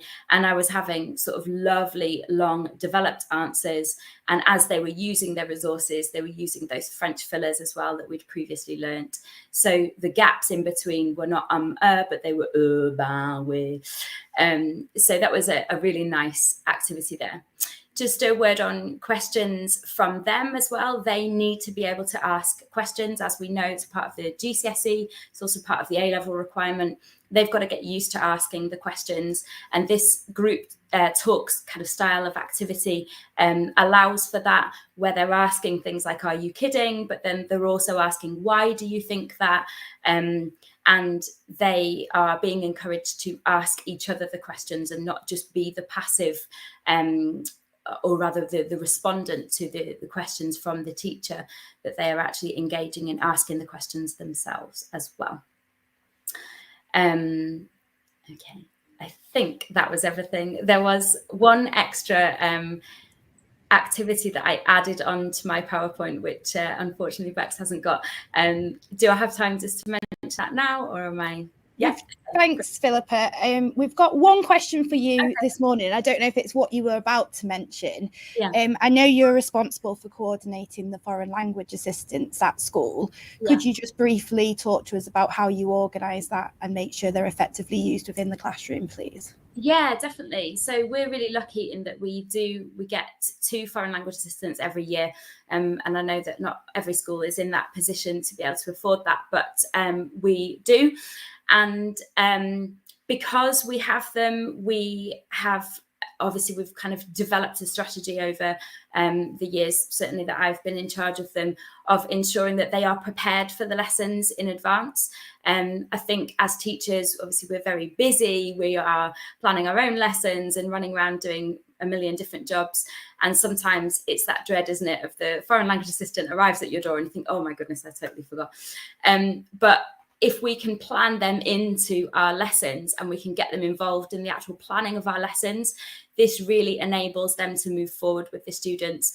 The students really benefit from knowing in advance the questions. So this kind of links into what I was saying with practicing questions and being familiar with the structure of questions. They, for classes at our school, we tend to give them a homework of maybe 2 or 3 questions that they prepare in advance for the foreign language assistant. So they might know they've got their language assistant on a Tuesday in week A. So their homework from week B, the previous week, is going to be to prepare these 3 questions. And that means that they're then coming into the lesson ready to use the language with the foreign language assistant. And they're not sort of going out in small groups, sitting there feeling very embarrassed, looking at their feet. They are actually engaging with a bit of practice. And I think it's important as well that we share that information regarding the phonics and the focus sounds with the foreign language assistant so that they know what to correct and what to leave. so that they're not constantly correcting every single error that they make. So they're kind of part of our team, really. Yeah. Thank you, and apologies for the technical issues at the start as well. Thanks for having me. Okay, that should be my screen all unshared now. So next we have Julie, and Julie's doing another one of our longer presentations this morning, and she's our last longer presentation actually, and she's talking about French resources at Key Stage 5 and authentic websites. Hi guys, thank you for having me today. So just to introduce myself, I'm Julie. I'm working as a teacher of MFL and a lead teacher at Key Stage 5 for French in my school. I am in a military state school in Kent. And my passion is really teaching French at Key Stage 5. If you follow me, you know that already. So I wanted to talk about authentic resources at Key Stage 5. The aim of using authentic resources at Key Stage 5 is to enhance student practice of French or Spanish, if you do Spanish, to access cultural facts and information. Unfortunately, often the exam board specification doesn't give this in-depth cultural fact and information. Teachers always have to look outside and find it, which often leads to sometimes giving too much or giving not enough, and it's finding the right balance. And the right thing, the third thing that's the most important, is to develop the independent learning. So to give you an idea, I've got a year 13 and a year 12 this year. I teach them 5 hours a week, 5 slots of 1 hour. We share it between 2 teachers. So I do 4 hours in year 12. She does 1 hour with the year 12, and I do 3 hours in year 13, and she does the 2 remaining. But between us, we got 5 hours of prep, which is our homework. My goal is to move to do 2 of those hours of prep in flip learning. I'm in process of recording my lesson and things like this to kind of prepare them for the independent learning. And I'm expecting them to work an extra 2 hours on the top of that. So per week, it should really have 12 to 13 hours of French. I encourage them to read a lot of authentic resources like magazines, website, radio, TV, etc. But sometimes it can be very daunting. Like as a learner of English as a foreign language myself, if I am tired in the evening, I will tend to go to an easier website to read rather than a very full-on wordy website. And sometimes when you share your resources, authentic resource with students, you give readings and you say, oh, just go on this website, and when they go on their own time independently, they will find a lot of information, but they not necessarily match the level of language. So I'm sharing with you, wait, is it working? I cannot change my slide, is that normal? Oh, sorry guys. Right.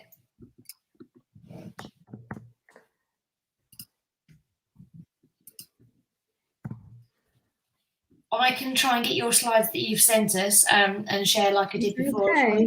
And I'll get those. Oh, I'm sorry. I thought sharing the presentation will work, but I only have. Julie, I'll just remove your slides and then Bex will share the ones Okay, that you sent us already, okay? Yeah. Just finding them. I think I might only have the PDF version, but that's fine. I can make that work. Okay? Yeah, right, here it is. Okay, give me a second. All right. So just to make a transition, I heard the word purposeful coming back several times today in the presentation as definitely a purposeful thing. So it's to find the right website to share the right level of language to our Key Stage 5 students so they can practice something that is the right level of language for them. So they can start with something a bit easy, still talking about, the news, things like this, but to then increase in difficulty.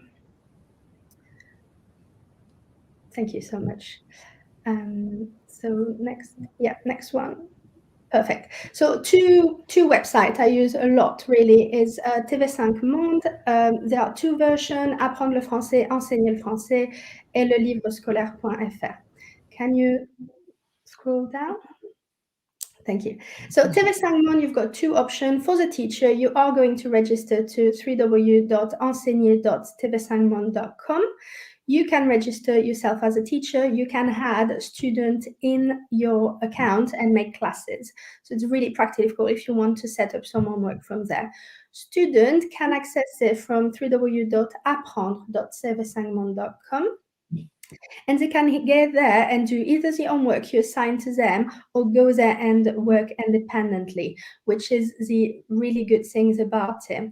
So if you scroll down one more, there are then two ways to set up option to filter your research. Either you or the student, you can use this two way. It's par niveau, so per level. So be careful. The levels given in this website are the A1, A2, B1, B2, C1, C2 used by the European framework. But if you download the European framework, it's a PDF one page. You can fit your student where they are. It's very straightforward to place your student. Okay, you are a B2. Okay, you are a B1. So then once the student got this piece of information, it will be so much easier for them to find resources that match where they are, and they can challenge themselves. So if they are a B1 at the minute, okay, homework will be B1 for you. What I want you to do during your independent learning is maybe watch 3 videos of your choice on B2 and tell me how you felt about it. Was it hard? What do you need to do? Give me some self-feedback about it. The second way to filter your research, and that's more from the teacher point of view, is to use it by fiche pédagogique. Fiche pédagogique being lesson plan.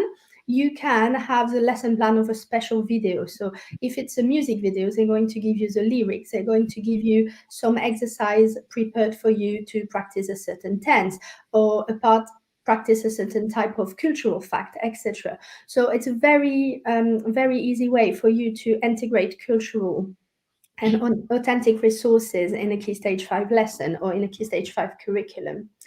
I do not know a way to download the video outside of the website.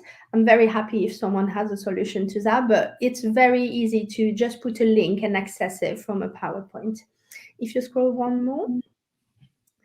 The second website I use a lot is lelivrescolaire.fr, essentially for teacher. It's www.lelivrescolaire.fr. I really love this one when it comes to topics in the Key Stage 5 curriculum that are linked to the curriculum in France. Example, we are doing un sac de billes in my school, and we're doing all the theme for Edexcel with them. So we do the la Résistance, le régime de Vichy, et la France occupée with un sac de billes. As a French native, I obviously learned this in troisième, year 10. That was my history curriculum at the time, so my knowledge of it were quite extended. And I thought, oh, I would love to actually go back to my books at my parents', kind of flip them, and I'm sure I will find so much information. So I made some research and found this lelivrescolaire.fr website where the actual textbook from the French curriculum are available for you to use. So textbook and workbook are there for you to use. If you sign up with an academic email address, so your school email address, you can register as a teacher that work abroad, and you can access quite an extended range of resources. The only thing you cannot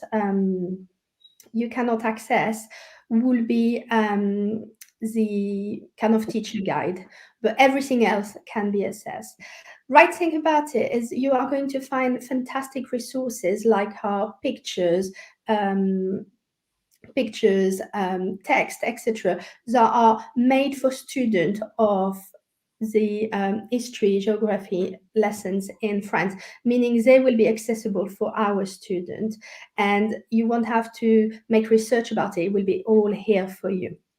So it's a fantastic tool to use. If you scroll down one more. So that's what the website look like. You want to use, for the Second World War, you want to use a Team 2, and for literature movie, you want to use a program of troisième. Scroll down one more. Thank you. This one, History, Geography, Education Morale et Civique. And you will have the chapter, those two chapters I put underneath. So I think chapter 3 and 4, and they will cover the entire British curriculum, Key Stage 5 for the Second World War. It's very, very similar. So definitely a good website to reach for. Unfortunately, as I said, students cannot access it. To do exercise is not something as interactive as the previous one, but for teacher resource and to insert in PowerPoint, it's amazing. And then if you scroll down one more, I put 3 other great resources for authentic resources. One is Édition Maison des Langues, Espace Virtuel. The second one is La Fabrique Facaviam. It's an Alliance Française. They do a lot of resources to practice grammar, in-depth cultural fact. And the last one is Lumni, which is more for French. It's aimed for French, I would say primary school, college in France, but it's definitely some really nice resources for you to use in a Key Stage 5 curriculum. Here for me, sorry about the technical issue. I'm taking any question if there is any. I don't think we've got any. Okay, so I'm just going to stop my screen share. Okay. And I think we're running a little bit early by some miracle. So I think Lisa is with us already though. So Lisa, if you are ready to come on, we'll get that going. Thank you very much, Julie. Thank you. Lovely. And you're on mute, Lisa, currently. Lisa, you're on mute.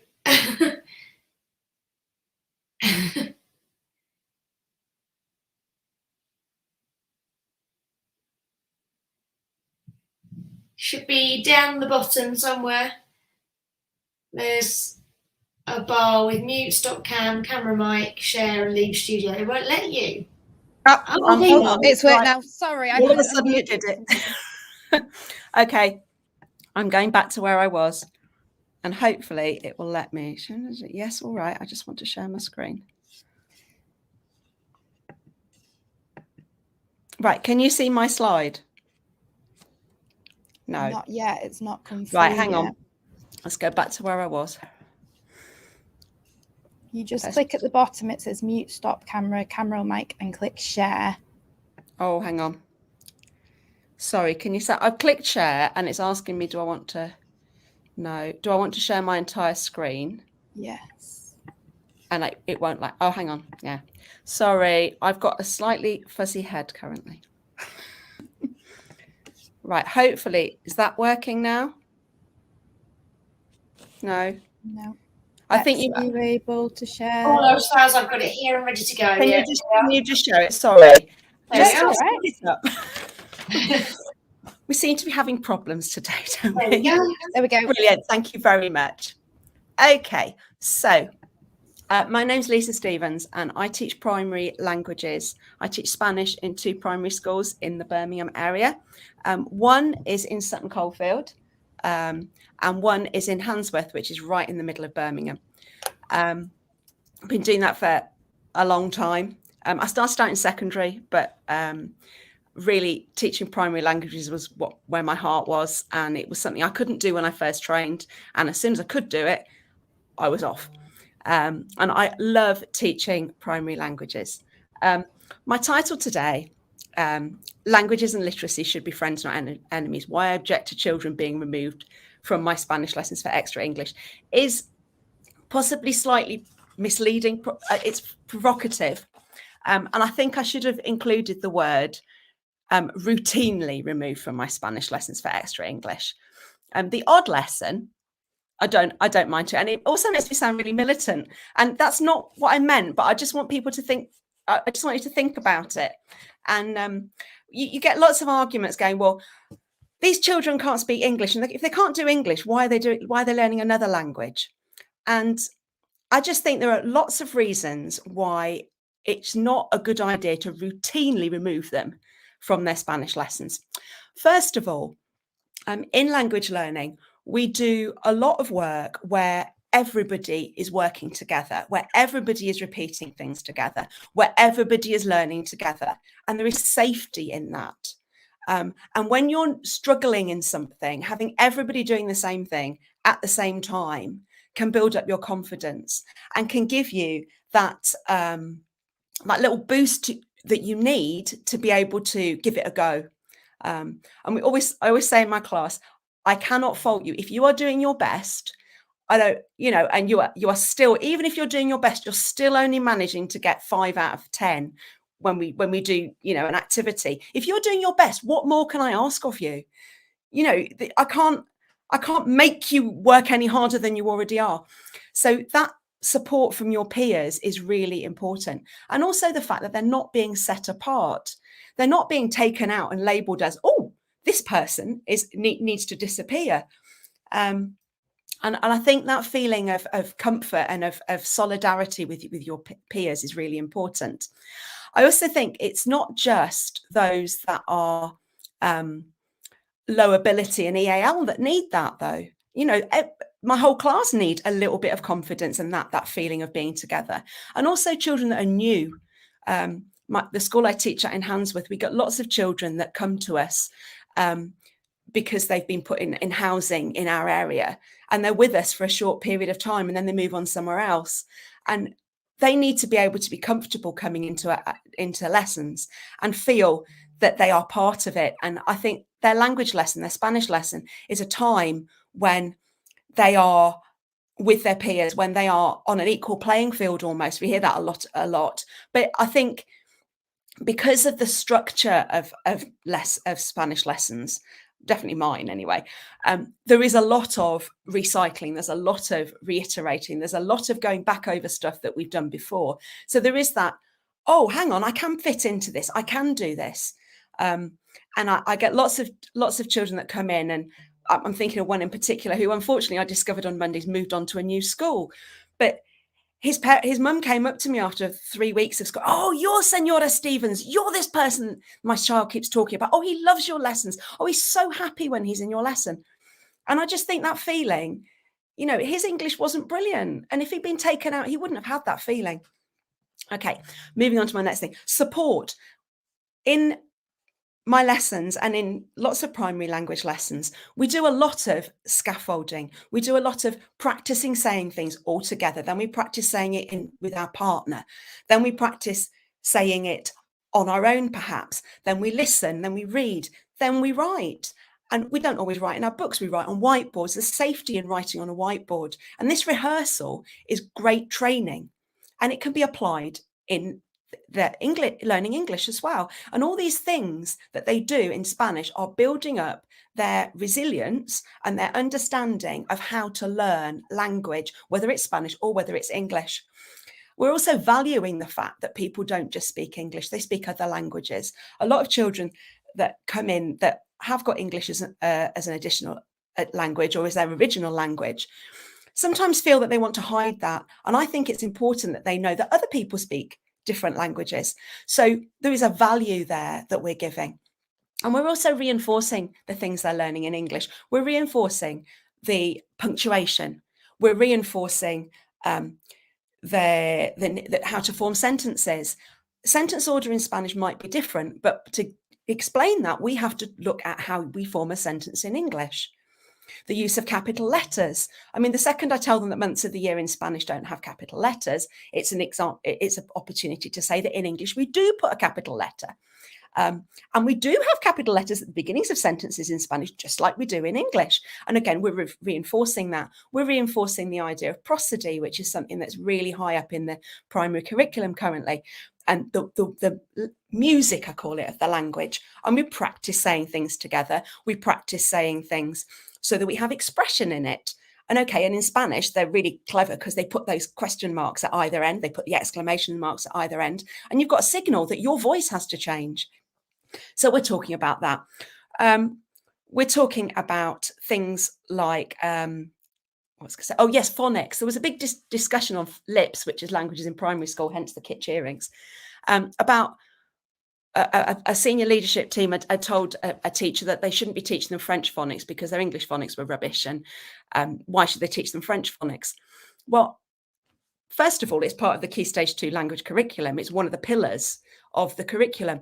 And as somebody commented, if one lesson a week of French is having more effect than all their years of English phonics, then there's something you're doing really well and the English phonics aren't perhaps doing as well. I mean, I know it's more complicated in English, perhaps, and I have an easy, in inverted commas, job because Spanish phonics are so much easier, but it is something I do right from the beginning. And talking about how letters and sounds relate, phonemes and graphemes relate, we're using that vocabulary that they're familiar, that they'll be learning in English as well. There's a lot of reinforcement. And I'm going to run out of time in a minute, but I want to talk. I mean, I know earlier Jane talked about joy, and I think that is so important. In a Spanish lesson, children can experience success, they can experience enjoyment, and they are motivated because of those little steps, because of that building, because of we're looking at words, we're using scaffolds to form them into phrases, to form them into sentences. They have that, yes, I can do this. I can do this. And because they can do it, they then are more motivated. And because they're more motivated, then you get a little bit more effort into it. And they experience that success that they might not experience in their English. They might not experience in that intervention. If they keep getting removed from bits of lessons, when are they going to ever have a coherent lesson in which they have the opportunity to go from the beginning to the end and the whole process? I mean, if you're going to withdraw a child from my lesson, they might as well go for the whole thing, because if they've gone for 20 minutes of it, they've probably missed the bit that they're going to, the key to it. I think I'm running out of time because I do tend to waffle. Anyway, I'm going to write about this on my blog, and you can, hopefully it'll make more coherent sense then. But I just wanted to say, don't dismiss primary languages as all fun and games, because we work really hard. And okay, sometimes it might be, but I know that there are loads of people in the languages in primary school group that work really hard and try to build a really good basis for future language learning. So there we are. Thank you very much. And I'm sorry I waffled. Bye. Thank you very much, Lisa. A fantastic presentation and really focusing on the primary aspects there, which is really important to cover in the event. Thank you. Bye. So I just wanted to quickly mention before we move on, a massive thank you to our sponsors, Wellbe, Pupil Progress and teacherslovestationery.club for their sponsorship for our TeachMeet Icons events. Without them, we couldn't host these events, and we are really grateful. And thank you to them for giving up their time to either produce videos or to join us today live. On that topic, don't forget our selfie competition is live on Twitter. If you just tweet us using hashtag TeachMeetMFLIcons or at TMMFLIcons, and we will be choosing some winners at random to receive those MFL pin badges and MFL stickers from teacherslovestationery.club. And I'll hand back to Bex. And we're all sorted. I think I've got Ellie's slide here ready to go. So we've got Ellie next talking about SEND and MFL, what worked and didn't for us all. Thank you, Bex. Is my microphone working? Wonderful news. Hello, my name is Ellie Grantham. I am head of MFL and Key Stage 4 and 5 SEND Progress Coordinator at a secondary school in Slough. For a little bit of context, we have compulsory languages as well. So the language that our learners start with in Year 7 is the one that they then go on to do in Year 11 at the GCSE, which means we have a whole host of the acronyms that our education system loves, PP, SEND, MA, but essentially 160 to 180 young humans every year that we need to get a GCSE for. And I want to talk through two of the things in my experience over the last few years that have really worked for us in terms of improving the motivation and outcomes for our SEND students, and also some of the things that have definitely not worked for us and hopefully can avoid you falling into those pitfalls perhaps in your context as well. So the first one I want to talk about is baseline assessments. It divides opinion a lot of the time as to whether we should do them, whether they're a waste of time. And this is the first year that we've done baseline assessments when our students have entered Year 7. And it was taken from the work that I did with Josh Finneran, who used to work as head of MFL Arc Academy Greenwich. And it's not the traditional, what did you learn in primary school, French or Spanish, but instead it is more focused on their grasp of the English language and the terminology that we need them to know if we're then going to talk about it in another language. For example, asking them questions like, what is a noun? Now, if you find out that your students don't know what a noun is, you're probably going to rethink your approach when going into the concept of gendered nouns in French and Spanish, for example, if you know that they don't grasp the concept of these kind of what we presume are basic understandings, but a lot of the time that information is not there. So checking in first has definitely been helpful for us. Also, creating a mutually beneficial relationship with the SEND department. So it can work fantastically well, but it takes a lot of groundwork first.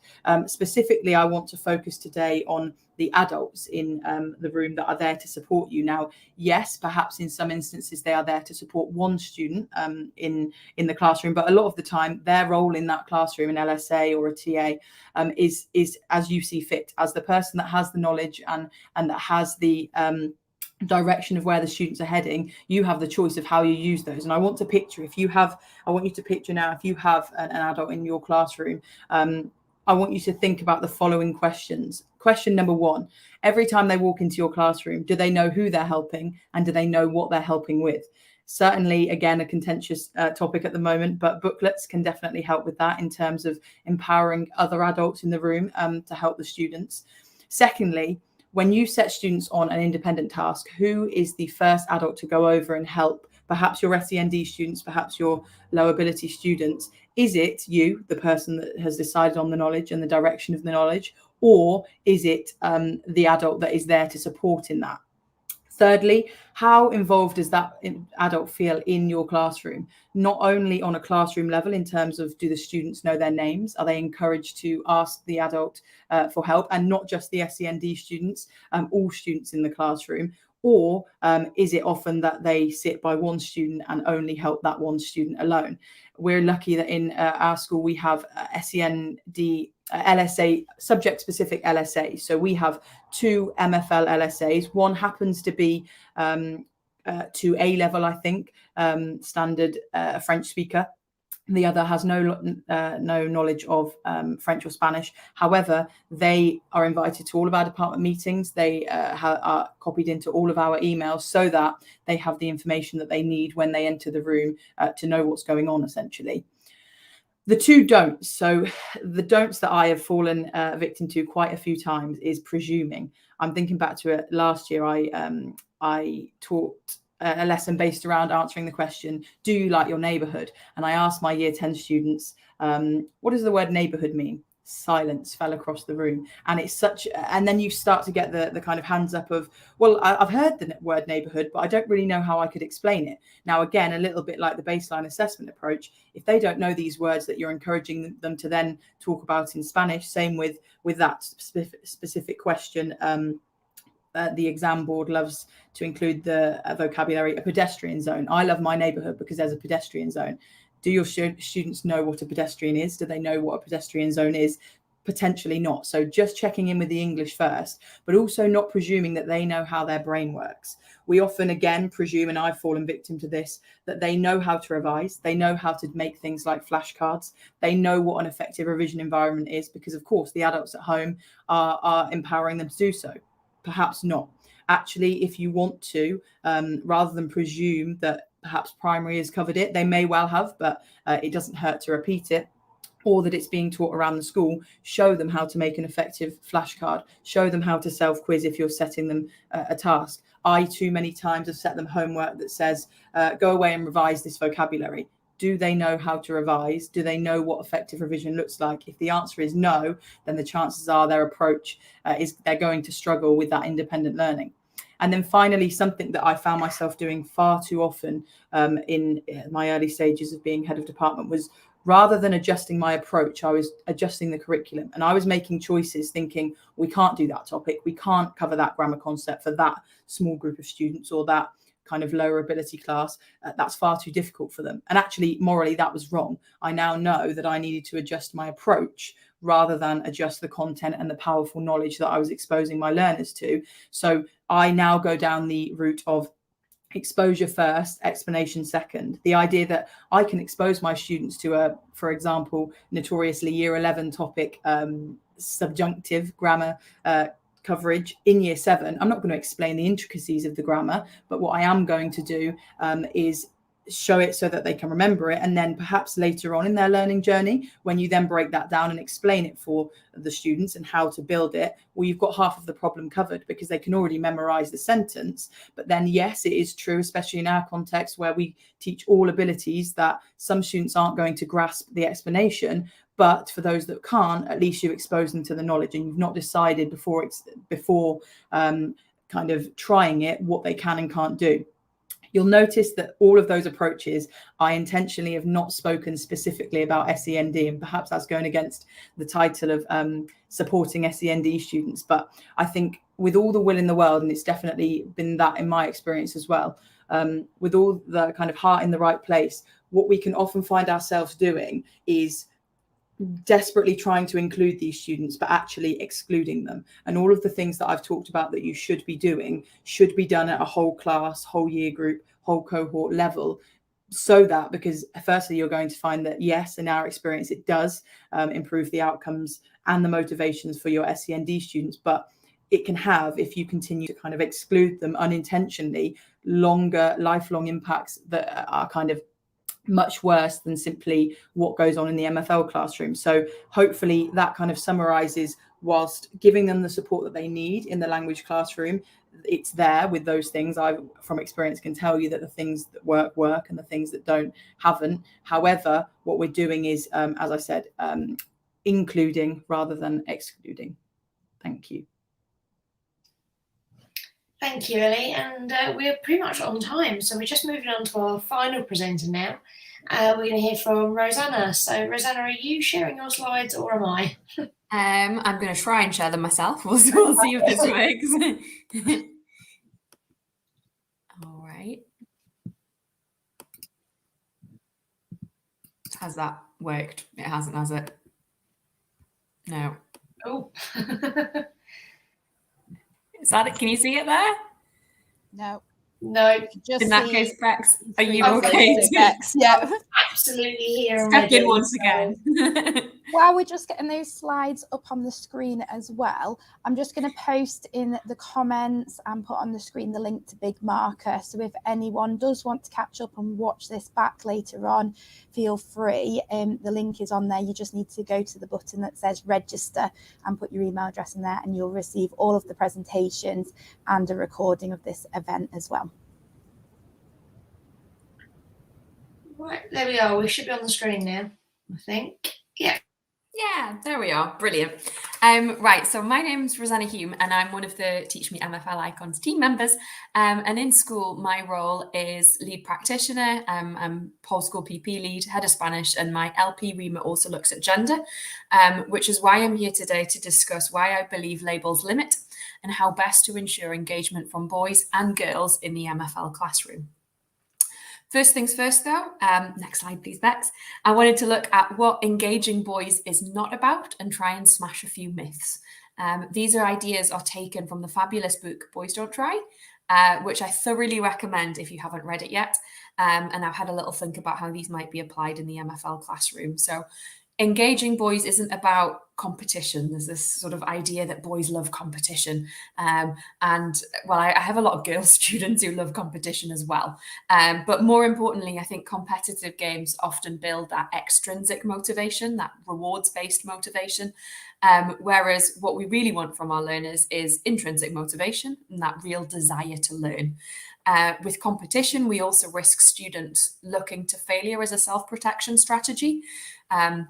With that idea that if they don't really try that hard in the first place with our quick quiz translations that we've done at the start of the lesson, then it's not going to dent their self-esteem so much if they end up losing. Secondly, it's not about adapting your lesson and resources to things that we think boys are going to like. Doing lessons specifically on French footballers, let's say. We can't make all lessons linked to everyone's different hobbies. We're way too interesting and diverse for that. We don't all like the same thing. By assuming that boys do all like the same thing, let's take that example of football, we're reinforcing gender stereotypes and limiting our pupils' exposure to target language culture. by using sort of seemingly boy-friendly topics. We're preventing our lads and lasses from building a wide and rich knowledge of target language countries, and they're not getting that opportunity to expand their culture capital. And thirdly, it's not about learning styles at all. It's not putting vocab onto a card sort because boys are more kinesthetic learners. That idea of the VAC learning styles has been thoroughly debunked time and time again in the world of edu research. So that's a bit of what it's not. Next slide, Bex. Thanks. So what should we be focusing our attention on instead? That book there in the middle of the slide is what's sort of helped me come up with my ideas here for today. And then it's a recent book by Peps McRae, Motivated Teaching, as it says there, and he identifies 5 motivational levers which help boost engagement and motivation in our learners. And I want us to think about how we might apply that to the MFL setting. So the first one that he mentions is this idea of securing success, the idea that success breeds success. The more successful we are, our students feel, the more likely they are to want to do well in the subject. It's a beautiful circle if we can get the conditions right. Rosenshine says we should be aiming for an 80% success rate. So pitch is key, particularly when we're thinking about our extended reading tasks, listening tasks. And I think it's important for pupils to feel successful right from the start of the lesson. So I start most of my lessons with a retrieval quiz of sorts, but without falling into the trap of the competitive myth that I mentioned before. These quizzes are low stakes. I don't mark them. There are no sanctions and there's no competition amongst students. I make sure that the questions are carefully crafted so that all students can feel some level of success there at the start of the lesson, and we all feel like we start the lesson well. The second lever that he mentions is this idea of running routines, and it's one of the most powerful ways that we can make the process of learning easy whilst keeping the content of learning challenging. High challenge and high expectations are important. And if we're looking to really stretch and motivate some of those potentially more apathetic members of the class, then this is key. Routines allow pupils to feel safe and confident in the classroom as well. So for us in MFL, target language classroom routines are a perfect example of exposing pupils to speaking in the target language, something that often causes a few nerves, and allows them to build these phrases into their routines. In my school, we use the Gianfranco Conti style sentence builders and the routinization of their use when presenting new language, self-quizzing, quizzing in pairs, and the support that they provide during classroom activities helps provide routine and scaffolding for all of our pupils. The third one that's mentioned is that idea of nudging norms. We need to make sure that in our classroom, we're making the desirable norms more visible and amplifying peer approval as well, which is so important for teenagers. In the MFL classroom, this could look like celebrating the pupil's work who's managed to include all of Elena Diaz's 20 keys that I know a lot of us have embedded in their extended writing tasks at Key Stage 4, and then spending some time as a class evaluating why that piece of writing was so good and having them pick out the reasons for you and celebrating their peer who's managed to do this. It could be something a bit simpler, such as acknowledging that there's been a full return of homework tasks, demonstrating that around here we do our homework on time. Or that more people than ever have been including phrases from our snazzy sentence starter sheet in their writing assessments, emphasising the positive change in behaviour that we might need to see in some of our students. The fourth thing that he mentions is this idea of building belonging. The more we feel we belong to a group, the more we invest in its goals and conform to its norms. I found whole class feedback to be a really powerful tool when building belonging in my classroom. We can signal inclusion and belonging for our students by recognising their contributions via a whole class feedback sheet, especially for pupils perhaps who don't necessarily contribute as much in lessons. To see their name getting a sort of shout out on the whole class feedback sheet can be really powerful for them. I think also by framing our language as teachers to talk about we and us as a class, this is sort of building this belonging to the class identity rather than you and I. And it's important as well to build a common ground and affinity for the class to know that we're all moving in the same direction. We're all working towards that same shared goal. whether that's that we're all going to aim to include the PALM-W acronym in our photo card task at GCSE, or whether it's that we're all going to remember to annotate our paper before the listening exam starts. And finally, the last one, boost buy-in. We need to expose the benefits of language learning to our students, share stories of where it can take them and how amazing language GCSE and A-level can be. We want to really enthuse them in our subjects by showing them how much we know about the topics, languages and cultures we're teaching. We want to show them how much enjoyment we get from our subject in our own lives. And we want to show them how immensely proud we are of their excellent work and contributions in class when they master a tricky tense or use a super fancy piece of vocabulary in their speaking or writing. The best way to boost boys' progress is to teach them well. End of. Quality teaching should be at the heart of absolutely everything we do. We want high challenge and high expectation and a shared norm that in this class, we are all going to do well. So that's it from me today. And we're kind of bringing the TeachMeet to a close here, just with a few thank yous. Thank you to everyone who's listened along today, who's joined us via Twitter and via YouTube. Thank you to everyone who signed up via Big Marker to receive our recording. Maybe you're watching this in a week or a month's time. Thank you to all of our speakers who've done a fabulous job. We've had such a diverse range of topics and subject phases as well, which is lovely to see. Thank you to our sponsors, Wellbe, Pupil Progress and Teachers Love Stationery Club. I feel without their support today would not have been possible. And thank you very much to our fellow MFL Icons team members, Bex and Hannah, who do so much work behind the scenes to get everything ready for today. A couple of exciting pieces of news. We have another online event coming up in February, which will take place similar to today's one via Twitter and YouTube. But then we're getting our first face-to-face event, which we're very excited for in June. It'll be taking place in Manchester. So the perfect opportunity for a little weekend away filled full of MFL fun. So we're really looking forward to sharing more details with that in the future with you. And in the meantime, let's keep the conversation going on Twitter. We're at TMMFL Icons, or you could use the hashtag TMMFL Icons as well. And do share your selfie from today to be in with a chance of winning some goodies from the Stationery Club. And that's it for today. So thank you very much for coming along and joining us. Adios.